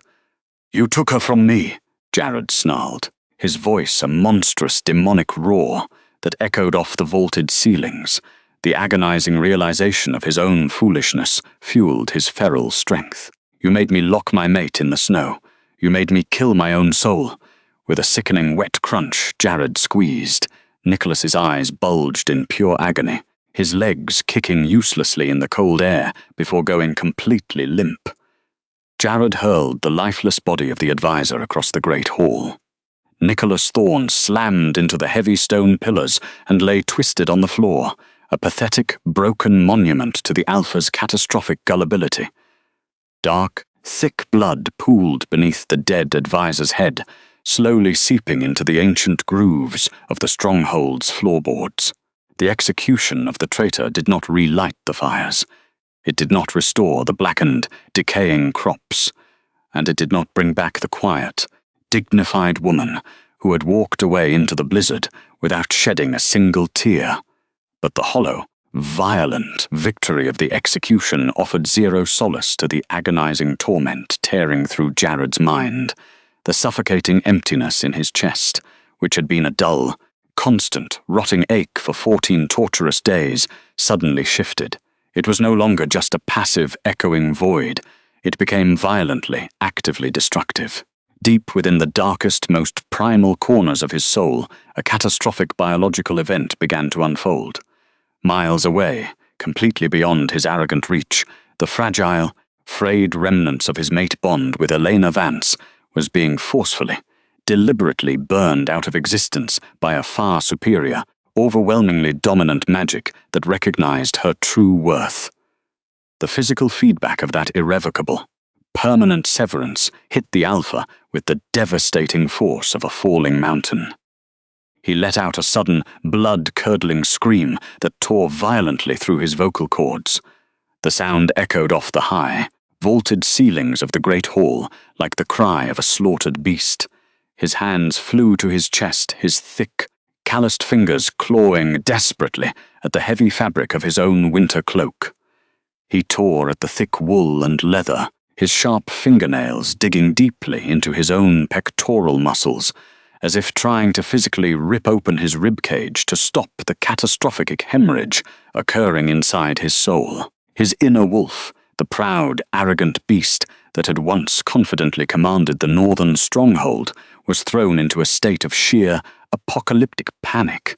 The immense animal howled in a devastating, inescapable loop of pure agony, violently throwing its massive spiritual weight against the psychological confines of his mind. It felt exactly like a serrated, rusty iron blade was slowly, methodically dragging through his internal organs, deliberately severing the spiritual arteries that kept his soul anchored to the earth. The silver river of their sacred connection, which had once flowed with warmth and life, suddenly turned pitch black. It petrified into brittle, dead ash before shattering completely into a million jagged, microscopic pieces. One of the elite enforcers shouted his title, his voice cracking with terror as he rushed forward. His heavy iron-shod boots clattered loudly against the stone. But before the loyal guard could even extend a hand to help his fallen leader, a violent, invisible shockwave of pure, unadulterated suffering exploded outward from the seizing body. The kinetic blast of raw, broken magic knocked the approaching warriors completely backward off their feet. Jared collapsed entirely onto his side, his large, muscular frame seized in uncontrollable, violent convulsions. The temperature of his blood plummeted drastically. He was suddenly experiencing the exact, excruciating physical trauma he had callously inflicted upon his mate when he locked the heavy oak doors against her. The karmic retribution was instantaneous, devastating, and exceptionally brutal. He felt the biting, razor-sharp sting of sub-zero winds tearing through his veins, as if he had inhaled the blizzard itself. He felt the paralyzing, suffocating numbness of severe frostbite creeping rapidly up his limbs, freezing the marrow solid inside his bones. His teeth chattered violently, cracking against one another, his lips turning a sickly, bruised shade of deep blue. He coughed aggressively, his massive body convulsing as a mouthful of dark, thick blood spilled past his descending fangs. The dark liquid stained the pristine grey stone directly beneath his trembling chin. The sharp iron scent of his own failing vitality mixed sickeningly with the foul, lingering odor of the dead advisor's cheap blood magic. It was a pathetic, messy display of a completely broken ruler. Flashing behind his tightly squeezed, bloodshot eyelids were fragmented, agonizing memories of the woman he had destroyed. He saw her quiet, unassuming smiles in the morning light. He felt the ghost of her gentle, healing hands resting softly on his arm during the stressful council meetings. He remembered the comforting, delicate scent of blooming jasmine and rain that had always chased away his darkest nightmares. All of it, every single precious, unappreciated moment of her silent devotion, was being violently incinerated. She was being completely wiped from the spiritual ledger of his existence. He had locked his true Luna outside in a historic freeze, completely blind to her monumental worth and the ancient magic she possessed. Now the unyielding, unforgiving cold was devouring him from the inside out. He was utterly alone, writhing in a room packed full of his own soldiers. The sacred, ancient connection that the moon goddess had woven between their souls was officially, permanently dead. For several agonizing minutes, the Alpha writhed in the cold ashes of his own ruined kingdom. The surviving elders and the elite guards stood frozen in a wide circle, their faces pale, horrified masks of sheer, helpless terror. They were witnessing the systematic, undignified collapse of a supposedly untouchable sovereign. An Alpha without a mate, especially one whose territory was actively dying and rotting around them, was a highly vulnerable, broken target. The majestic, terrifying aura of unquestionable authority that usually commanded the region had completely evaporated. It left behind nothing but a shivering, desperate, pathetic shell of a man bleeding on the floor. Eventually, the violent physical seizures began to subside, replaced by a heavy, suffocating exhaustion that pinned him to the stone. Jared rolled slowly onto his back, staring blankly up at the dark, soot-stained vaulted ceiling. His breath plumed in shallow, ragged white clouds in the freezing air of the great hall. The physical agony of the irrevocable severance slowly faded into a dull throb. It left behind a terrifying silence in his mind. No gentle hum of her presence, no subtle warmth of her love, no ancient pulse of fertility keeping his wolf calm. Nothing. Silence. He slowly forced himself to sit up, his massive muscles screaming in agonizing protest. His joints popped and cracked loudly, stiff from the phantom frostbite that had just ruthlessly ravaged his nervous system. His golden eyes, usually vibrant, clear, and pulsing with commanding authority, were now heavily bloodshot and completely devoid of any rational light. They looked exactly like the wild, unpredictable eyes of a feral, rabid beast backed into a deadly corner with nothing left to lose. He wiped the thick streak of blood from his chin with the back of his trembling, calloused hand. He fiercely refused to accept the terrifying finality of the snap. His legendary pride, the very toxic poison that had directly led to this monumental catastrophe, completely mutated into a dark, unhinged, delusional obsession. If the bond was broken, he would force the universe to forge a new one. If she was dead and buried in the snow, he would personally drag her frozen corpse back to the pack house and force the highest elders to resurrect her with dark magic. He would not lose his kingdom. He would not be the man who foolishly destroyed his own legacy because he listened to a traitor. He rasped a command to summon the trackers. His voice was a jagged, guttural growl that sounded like heavy stones grinding violently together.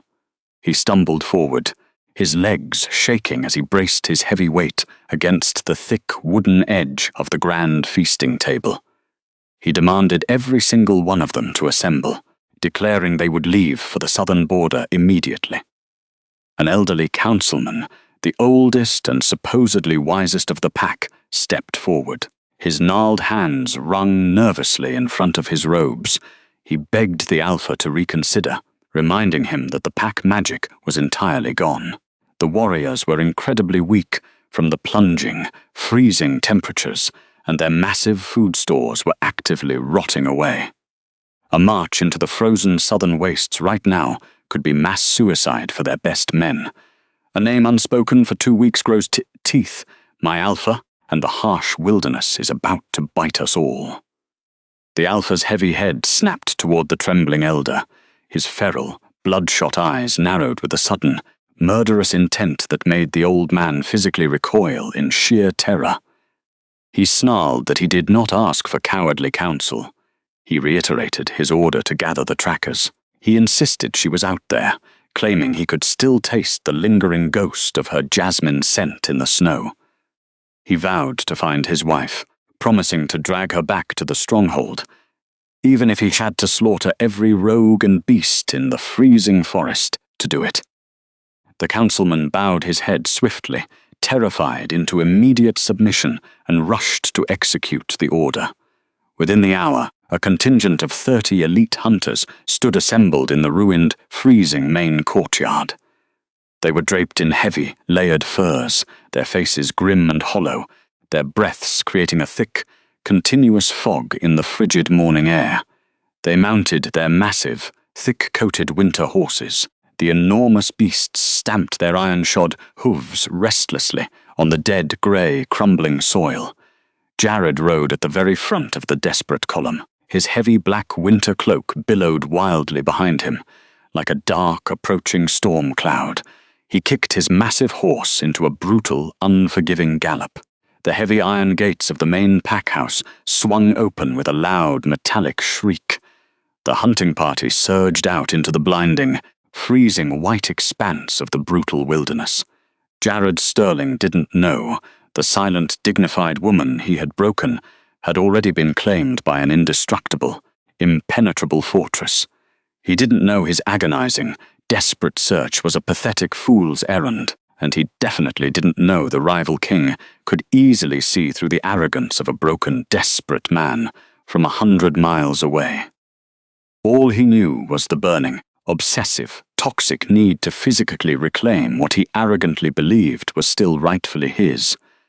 The journey through the treacherous, snow-drowned pine forests was a grueling, miserable descent into pure physical and psychological torture. The massive snowdrifts left behind from the historic solstice blizzard had hardened into jagged, impenetrable walls of solid ice over the last 14 days. This forced the riders to frequently dismount and brutally hack their way through the frozen underbrush with heavy axes. The ambient temperature was utterly unforgiving, biting viciously at their exposed cheeks and freezing their leather water skins solid within hours. Without the ambient, protective warmth of Elena's dormant earth weaver, magic blessing the land and flowing through the pack link, the mighty warriors of the northern pack were suddenly reduced to just ordinary, suffering wolves. Their legendary supernatural endurance was severely compromised. their thick muscles cramped agonizingly in the cold, and their stamina drained rapidly with every single grueling mile they marched away from their territory. But the desperate leader vehemently refused to call a halt. He pushed his freezing men with a ruthless, tyrannical desperation that bordered on total madness. He operated purely on feral, unchained instinct. His inner wolf kept its invisible snout permanently aimed at the frozen ground, desperately sifting through the countless layers of ancient ice and dead pine needles for a single, lingering trace of his lost Luna. Hours bled endlessly into a bleak, oppressive grey afternoon. The pale sun offered no real warmth, hanging weakly in the overcast sky like a dull, useless silver coin. They eventually reached the deep, overgrown, highly dangerous sector of the woods, far beyond the established, safe patrol routes of their territory. This was the no-man's land, a wild stretch of wilderness where the rules of civilization completely eroded. Suddenly, the Alpha's massive black warhorse reared up violently on its hind legs. It let out a sharp, panicked whinny that shattered the eerie silence of the woods. Jared cursed loudly, jerking the heavy leather reins with brutal force, forcing the terrified beast back down to the ground. His sharp, predatory eyes scanned the pristine, seemingly undisturbed expanse of deep snow ahead. He raised a thickly gloved hand into the freezing air, barking an order to halt. The 30 exhausted warriors immediately pulled back on their reins. The sudden, oppressive silence of the dense forest pressed heavily and uncomfortably against their freezing eardrums. Jared swung down from his high saddle, his heavy boots sinking deep into the knee-high powder. His nostrils flared violently, drawing in massive amounts of the freezing air. Beneath the overpowering, generic scent of wet pine, decaying wood, and ancient ice, his highly trained, desperate senses caught the faintest, almost imperceptible whisper of a specific fragrance. It was a delicate, sorrowful, heartbreaking blend of sweet, blooming honeysuckle, rain, and the sharp, undeniable metallic tang of dried blood. It was her. He dropped heavily to his knees in the deep snow, his massive chest heaving with erratic, shallow breaths. His gloved hands brushed away the top layer of fresh, loose powder. He dug frantically like a starving animal until he reached the packed, solid ice beneath. There, perfectly preserved in the unforgiving frozen ground, was the unmistakable, horrifying impression of a small, delicate body that had collapsed in pure exhaustion. He breathed an acknowledgement that she had been there. His deep voice trembled with a chaotic, sickening mixture of sudden hope and overwhelming devastation. He slowly reached out, tracing the icy outline of where she had fallen. He could practically see her fragile, shivering form lying entirely alone in the dark. He could visualize the thin, torn velvet of her solstice dress, offering zero protection against the killing frost, while she waited for a death he had ordered. The guilt, sharp and suffocating like a physical noose, spiked painfully in his dry throat. But he quickly, aggressively swallowed it down, letting his dark obsession completely override his momentary remorse. He needed her alive. He needed the magic in her blood to save his dying kingdom. His lead tracker called out nervously, pointing a trembling, fur-clad finger toward a nearby, towering snowdrift. Jared stood up abruptly and waded through the deep snow toward the indicated spot.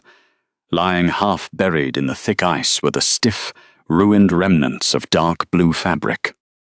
He reached down and pulled the frozen material free. It was the hem of her beautiful velvet dress, the exact dress she had worn at the banquet.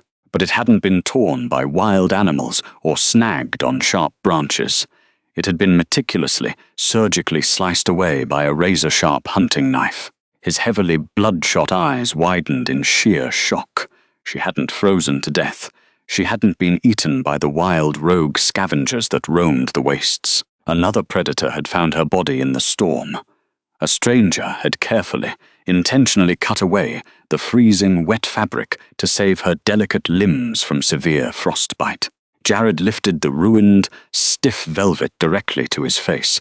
He inhaled deeply to catch the lingering scent of her unknown savior. The exact moment the foreign odor hit his highly sensitive olfactory receptors, his inner wolf violently recoiled in unadulterated terror. It was not the musky, unwashed, pathetic stench of a wandering rogue scavenger. It was an overwhelmingly dominant, terrifyingly pure, ancient scent of dark earth, crushing cedar, and raw electrified ozone. It was the distinct scent of an apex predator, a sovereign king whose raw power completely dwarfed Jared's in every conceivable metric. The scent belonged exclusively to Kaelen Ashwood, the Alpha King of the Shadows, the legendary, undefeated monster of the Northern Territories, a ruthless warlord whose very name made seasoned, battle-hardened warriors whisper desperate prayers to the moon goddess in the dark. A horrified, breathless gasp escaped his chapped lips as he whispered a denial. The realization crashed into his mind with the devastating, crushing force of a physical blow to the skull. The rival king hadn't just stumbled upon her frozen body by pure chance. He had taken her. He had wrapped his massive, untouchable, blood-stained hands around the very woman Jared had foolishly discarded, and he had carried her directly across the heavily guarded border. The lead tracker asked nervously whose scent lingered on the fabric. He watched the remaining color completely drain from his leader's typically flushed face. Jared snarled the title of the Shadow King. His voice dropped instantly into a lethal, vibrating growl that shook the snow from the nearby branches. Jealousy, hot, venomous, and completely blinding, erupted violently in his chest like an active volcano. The agonizing thought of Kaelen Ashwood touching her, warming her pale skin, breathing in her delicate scent in his private chambers, completely shattered the last remaining, fragile fragments of Jared's sanity. He declared loudly that the warlord had taken his Luna. He accused the rival of deliberately crossing into his sovereign territory and stealing the very heart of his realm. It was a blatant, delusional, pathetic lie.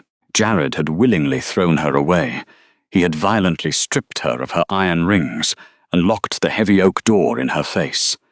But his arrogant, deeply fractured mind completely rewrote the narrative of the past to preserve his fragile, crumbling ego. He was no longer the foolish, manipulated husband who had discarded his greatest treasure. He was the righteous, tragic king marching bravely to rescue his stolen mate from a savage, thieving enemy. He spun around aggressively and marched back to his massive warhorse. Vaulting heavily into the saddle, his face twisted into a dark mask of suicidal fury. He roared an order to mount up, declaring they would follow the trail and would not stop riding until they reached the border. The 30 elite warriors exchanged terrified, silent glances. Tracking a lone rogue was one thing. Marching directly toward the enemy stronghold, challenging the undisputed ruler of the dark on his own cursed soil, was an entirely different level of madness. It was a guaranteed, undeniable death sentence, but defying an unhinged, raging alpha was equally fatal in the moment. Reluctantly, operating purely on ingrained fear, the men spurred their exhausted, shivering horses forward. They followed their delusional leader deeper into the freezing abyss. The trail left by the rescue was certainly not hidden. Kaelen had made no attempt whatsoever to mask his overwhelming scent or conceal his massive, heavy footprints in the snow. He had walked away with his precious prize in supreme, arrogant confidence. He was fully aware that no one from the neighboring pack possessed the strength, the magic, or the courage to stop him. Every deep, deliberate footprint in the snow was a mocking, silent challenge to Jared's failing authority. The grueling march stretched on for several more hours. The terrain grew increasingly hostile, steep and jagged. The vibrant, familiar pine trees slowly gave way to twisted, blackened trunks that looked exactly like the charred, reaching bones of ancient giants. The air grew impossibly thick, heavy with the oppressive, suffocating weight of ancient dark magic. The physical temperature did not drop further, but a deep, unnatural, spiritual chill seemed to radiate directly upward from the earth itself, bypassing their heavy furs entirely. Finally, as the pale sun began to dip below the jagged horizon, casting long, bleeding crimson shadows across the pristine snow, the hunting party reached the edge of the known world.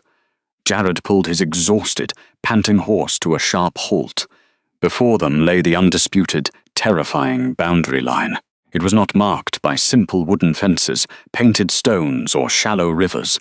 The border was a sheer, terrifying drop-off into a vast, sprawling, intimidating valley of jagged black rock. The ground beneath their horses' hooves abruptly shifted from snow-covered dirt to the legendary, sterile, cursed obsidian soil.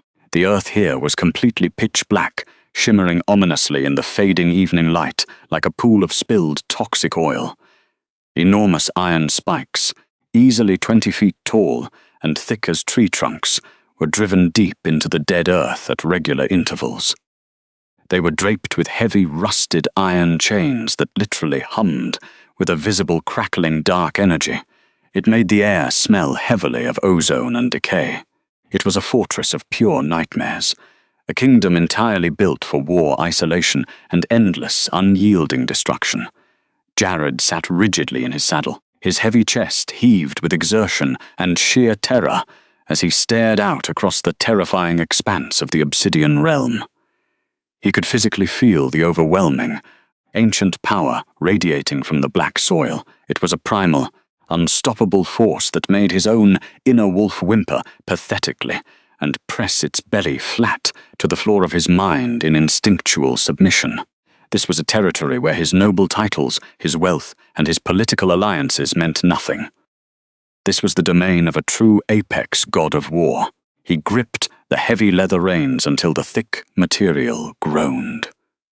The tough hide threatened to snap under the immense pressure of his white-knuckled grip. The trail of cedar, rain, and ozone led directly past the massive iron spikes, disappearing completely into the impenetrable, suffocating shadows of the fortress valley below. She was down there, the woman who held the sole key to his survival. The quiet, dignified Luna he had locked out in the storm was currently resting behind the impenetrable, black stone walls of his greatest, most lethal rival. The harsh wind howled aggressively across the barren, cursed soil. It carried a faint, mocking, icy echo of the solstice blizzard that had ruined his life. He swallowed hard, the bitter, metallic taste of utter, humiliating defeat coating his dry tongue. He had blindly marched his best men to the very gates of hell, driven entirely by an arrogant, toxic obsession. Now, staring down into the pitch-black darkness of the enemy territory, he finally realized the catastrophic, world-ending magnitude of the war he was about to provoke. But turning back meant accepting the slow, agonizing starvation of his pack.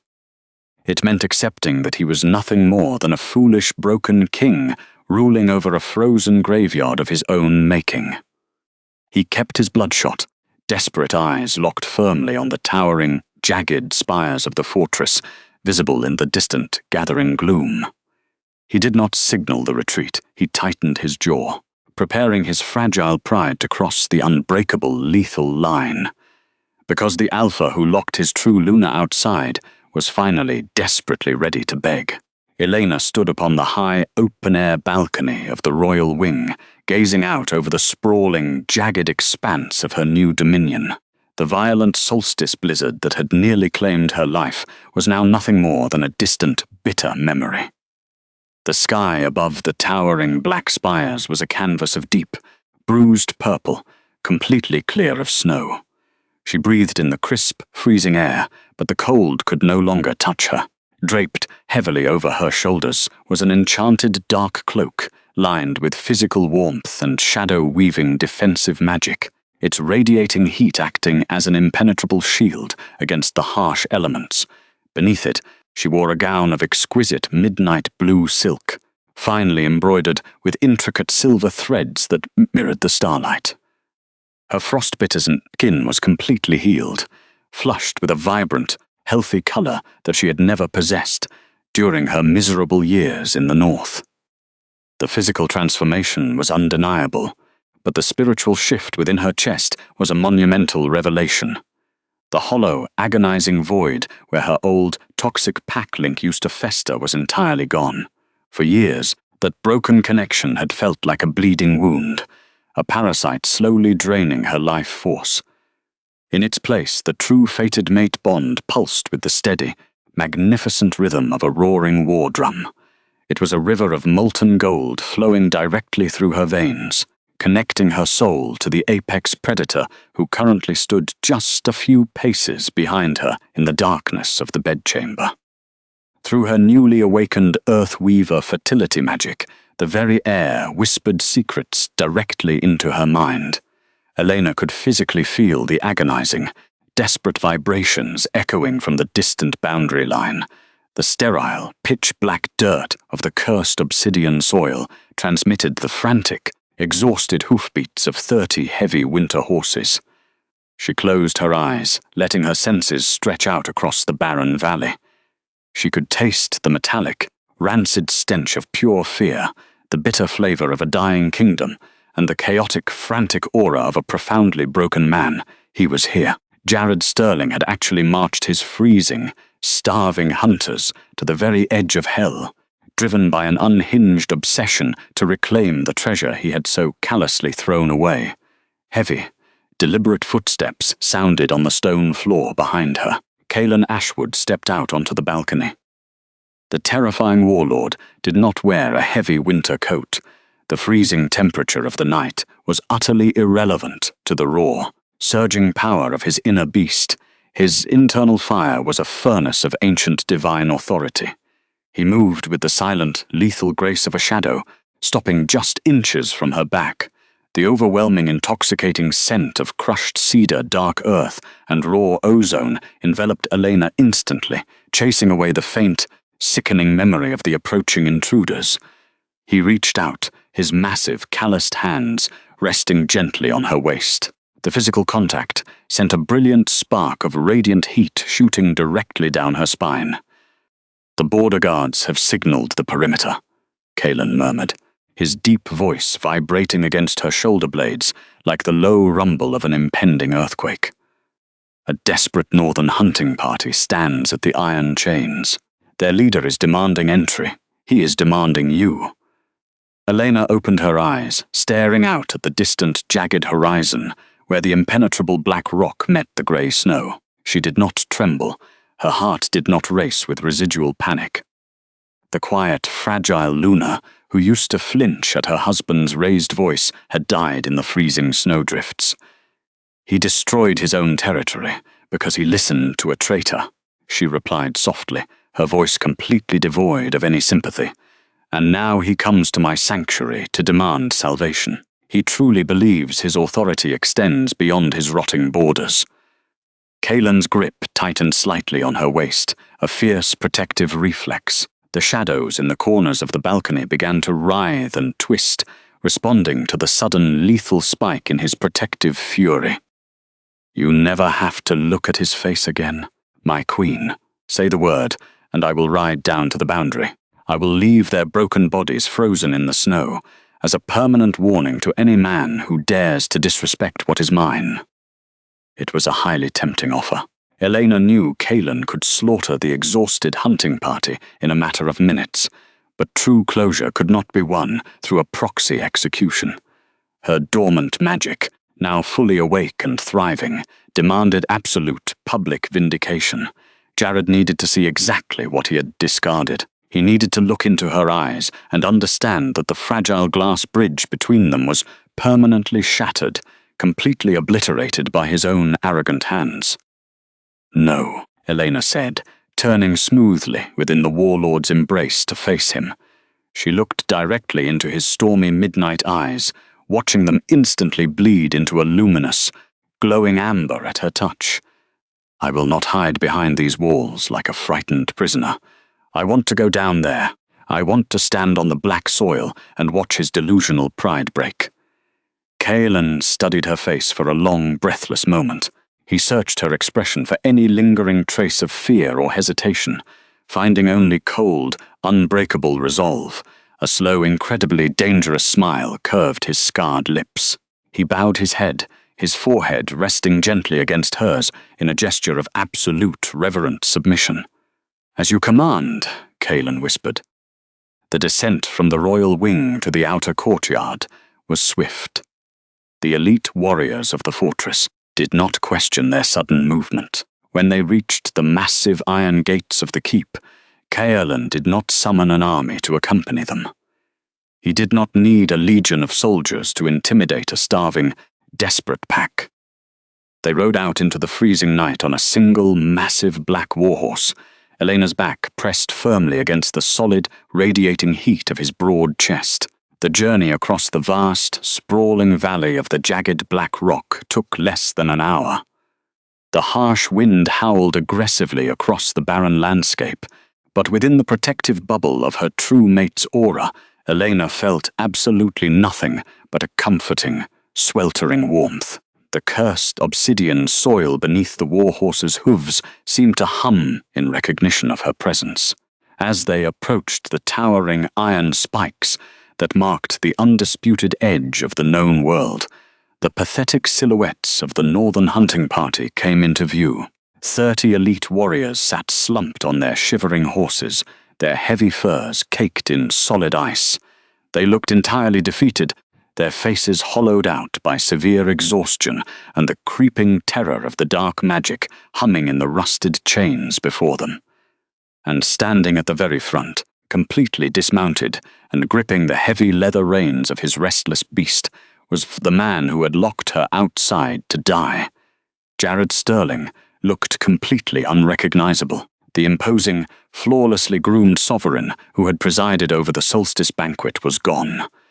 His expensive furs hung off his emaciated frame like dirty rags. His face was gaunt, his skin a sickly mottled shade of pale grey. His lips were heavily cracked and tinted blue from severe frostbite. His once vibrant golden eyes were heavily bloodshot, sunken deep into his skull, projecting the frantic, unhinged energy of a rabid animal trapped in a corner. The physical feedback of their permanently severed connection had ruthlessly ravaged his body, leaving him a shaking, pathetic shell of his former glory. Kaelen pulled their massive warhorse to a smooth halt about 50 yards from the boundary line, remaining concealed within the thick, impenetrable darkness of the valley's edge. He slid down from the saddle with fluid grace, turning to help Elena dismount. His large hands gripped her waist, lowering her carefully to the frozen earth. "Let me step into the light first," her true mate requested quietly, his voice dropping into a lethal, vibrating growl. "Let him try to project his pathetic authority against my beast. Once he understands exactly where he stands on the food chain, you may deliver the final blow." Elena gave a slow, deliberate nod.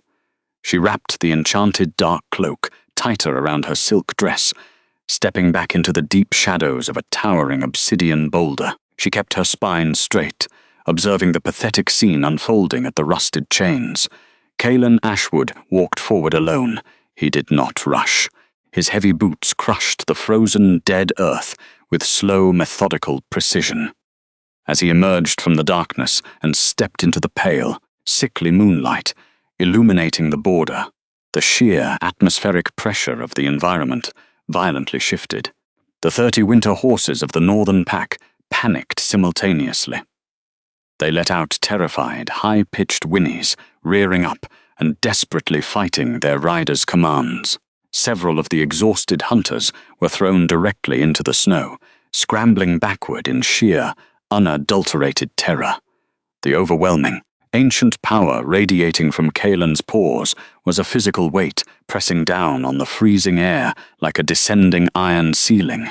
Jared's head snapped up. He dropped his reins, his bloodshot eyes locking onto the towering, imposing figure of his greatest rival. For a fleeting second, the blind arrogance returned to his face. He straightened his shivering shoulders, desperately trying to project the majestic aura of a northern leader. "Ashwood!"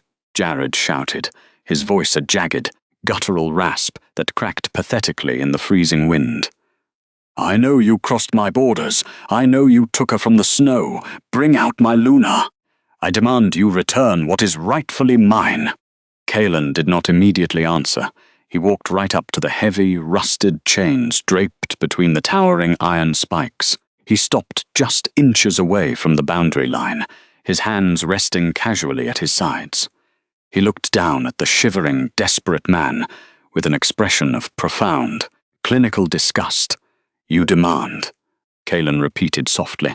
The words were not shouted, yet they carried effortlessly over the howling wind, slicing through the freezing air like a razor-sharp blade. "A broken man standing in the ashes of his own dead kingdom comes to my domain and makes demands. She is my wife," the fallen sovereign roared. Stepping furiously toward the iron chains, he attempted to unleash his dominant command, trying to force his will into the atmosphere. "The moon goddess bound us. You have committed an act of war by stealing her from my territory." Kaelen let out a low, vibrating laugh that sounded exactly like grinding tectonic plates. It was completely devoid of humor. "You did not lose your mate to a thief, Sterling. You stripped her of her title in front of 500 people. You hauled her to your threshold and threw her into a historic blizzard with nothing but the thin velvet on her back. You executed your own soul." Jared flinched violently as the brutal, undeniable truth was thrown directly into his face. His jaw trembled, his hands curling into tight fists. "Nicholas Thorne lied to me. It was a forgery. I executed the traitor. The debt is paid. Now give her back, or I swear to the goddess I will bring my entire army across this line and tear your fortress apart, stone by stone." It was a pathetic, empty threat, and every single warrior shivering behind him knew it. Kaelen's stormy midnight eyes narrowed. The feigned patience instantly evaporated, completely replaced by the unchained, apocalyptic fury of an apex predator defending its territory. He did not draw a weapon. He simply released the invisible leash, holding back his inner beast. A violent shockwave of pure, suffocating shadow magic exploded outward from the warlord's massive frame. It hit the boundary line with the kinetic force of a physical blast. The rusted iron chains rattled aggressively against the spikes. The air immediately smelled overwhelmingly of raw ozone, crushing pressure, and sudden, inevitable death. It was not a request for submission. It was an absolute, biological command. Jared's eyes widened in sheer, paralyzing horror as the dominant aura slammed directly into his chest. His frenzied inner wolf, which had been driving his madness for days, was instantly brought to its absolute knees. The biological impact was devastating and instantaneous.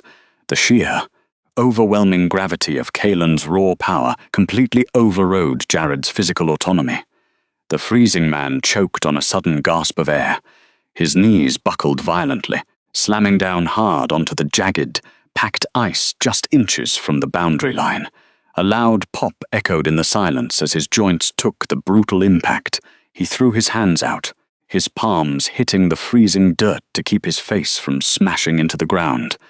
He was entirely paralyzed, physically pinned to the earth by a sovereign strength that completely dwarfed his own in every conceivable metric.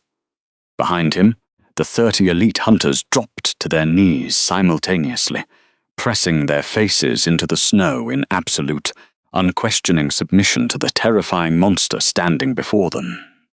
"You will not bring an army across this line," Kaelen growled, his voice dropping into a demonic, vibrating frequency that shook the snow from the distant pines. "Because if you ever take a single step onto my soil, I will personally rip your spine from your back and mount your skull on these very spikes. You possess absolutely no authority here. You are nothing."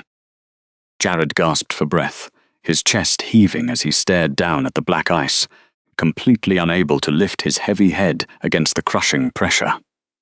Blood dripped slowly from his cracked lips, staining the snow beneath his chin. The realization of his total, humiliating defeat finally crashed through his delusional obsession. He was completely powerless. That was Elena's cue. She stepped out from the deep shadows of the obsidian boulder.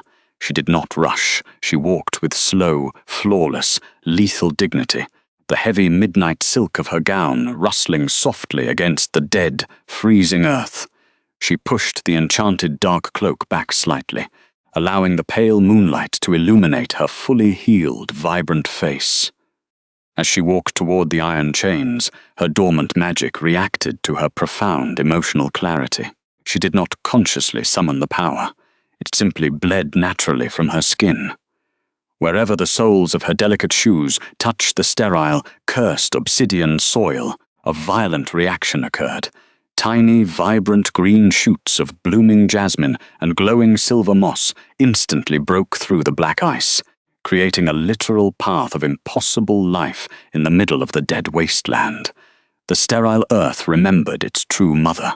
The scent of sweet honeysuckle and fresh rain immediately cut through the heavy ozone of Kaelen's dominance.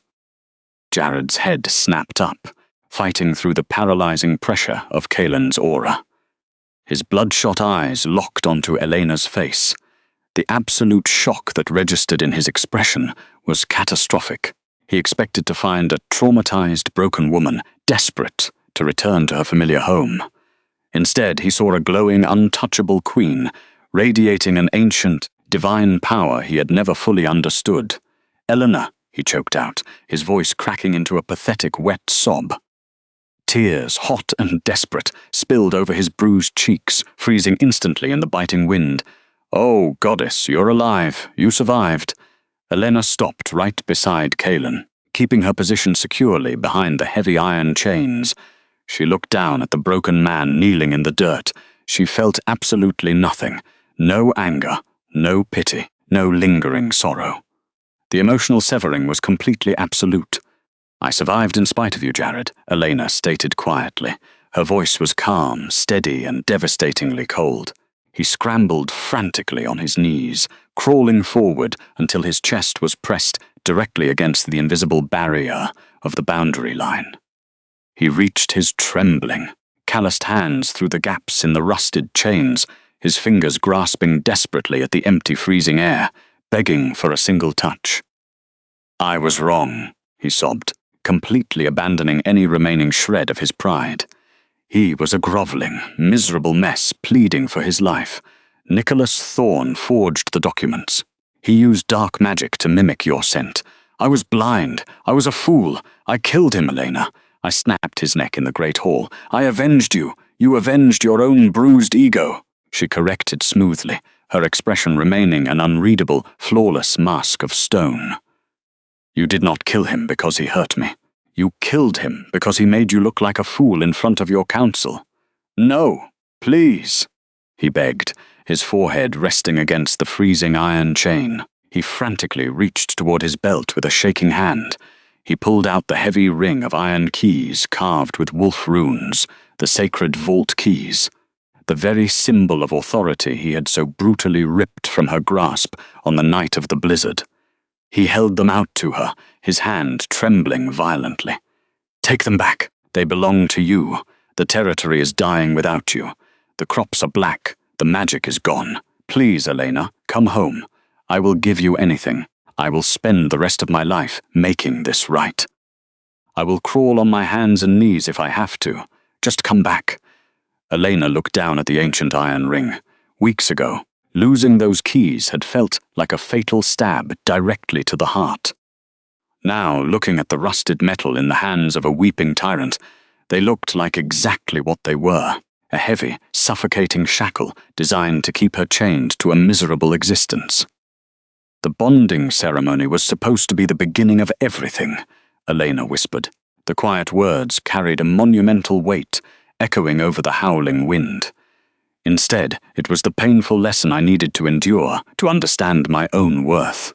You threw me into the ice, Jared. You locked the door. I simply walked away. I can fix it, he screamed, his voice breaking into a hysterical, high-pitched plea. We are fated. The moon goddess tied our souls together. You cannot deny the bond. She didn't argue with his delusions. She didn't scream or raise her voice to match his frantic hysteria. She simply reached out and took Kaelen's massive, scarred hand in hers. The exact moment their bare skin connected, the entire atmosphere ignited. The true fated mate bond, fully awakened and thriving in the absolute safety of his sanctuary, flared with a blinding, physical manifestation. A brilliant, radiant aura of molten gold exploded between their intertwined fingers, illuminating the dark boundary line like a miniature sun. It was a searing testament to the moon goddess's true design. The raw, divine energy of their connection pushed outward, completely neutralizing the freezing wind and washing over the kneeling, broken man with a wave of intense, undeniable heat. Jared recoiled violently, falling backward into the snow as if he had been physically struck. His mouth opened in a silent scream of pure, unadulterated devastation. He stared at the glowing golden thread binding Elena's soul to Kaelen, the final, undeniable proof that the universe had completely rewritten her destiny. The severed connection in his own chest was not just broken. It had been permanently replaced by a bond far more powerful than he could ever comprehend. Not used, not owned, chosen.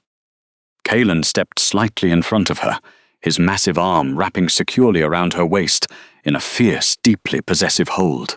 He looked down at the weeping, shattered sovereign wallowing in the snow. "She is the Luna of the Shadow Pack, now," Kaelen declared, his voice ringing with absolute final authority. "Her magic will heal this cursed valley. Her light will rule this domain. If you ever look in her direction again, if you ever breathe her name in your dying kingdom, I will end your miserable bloodline." Jared did not respond.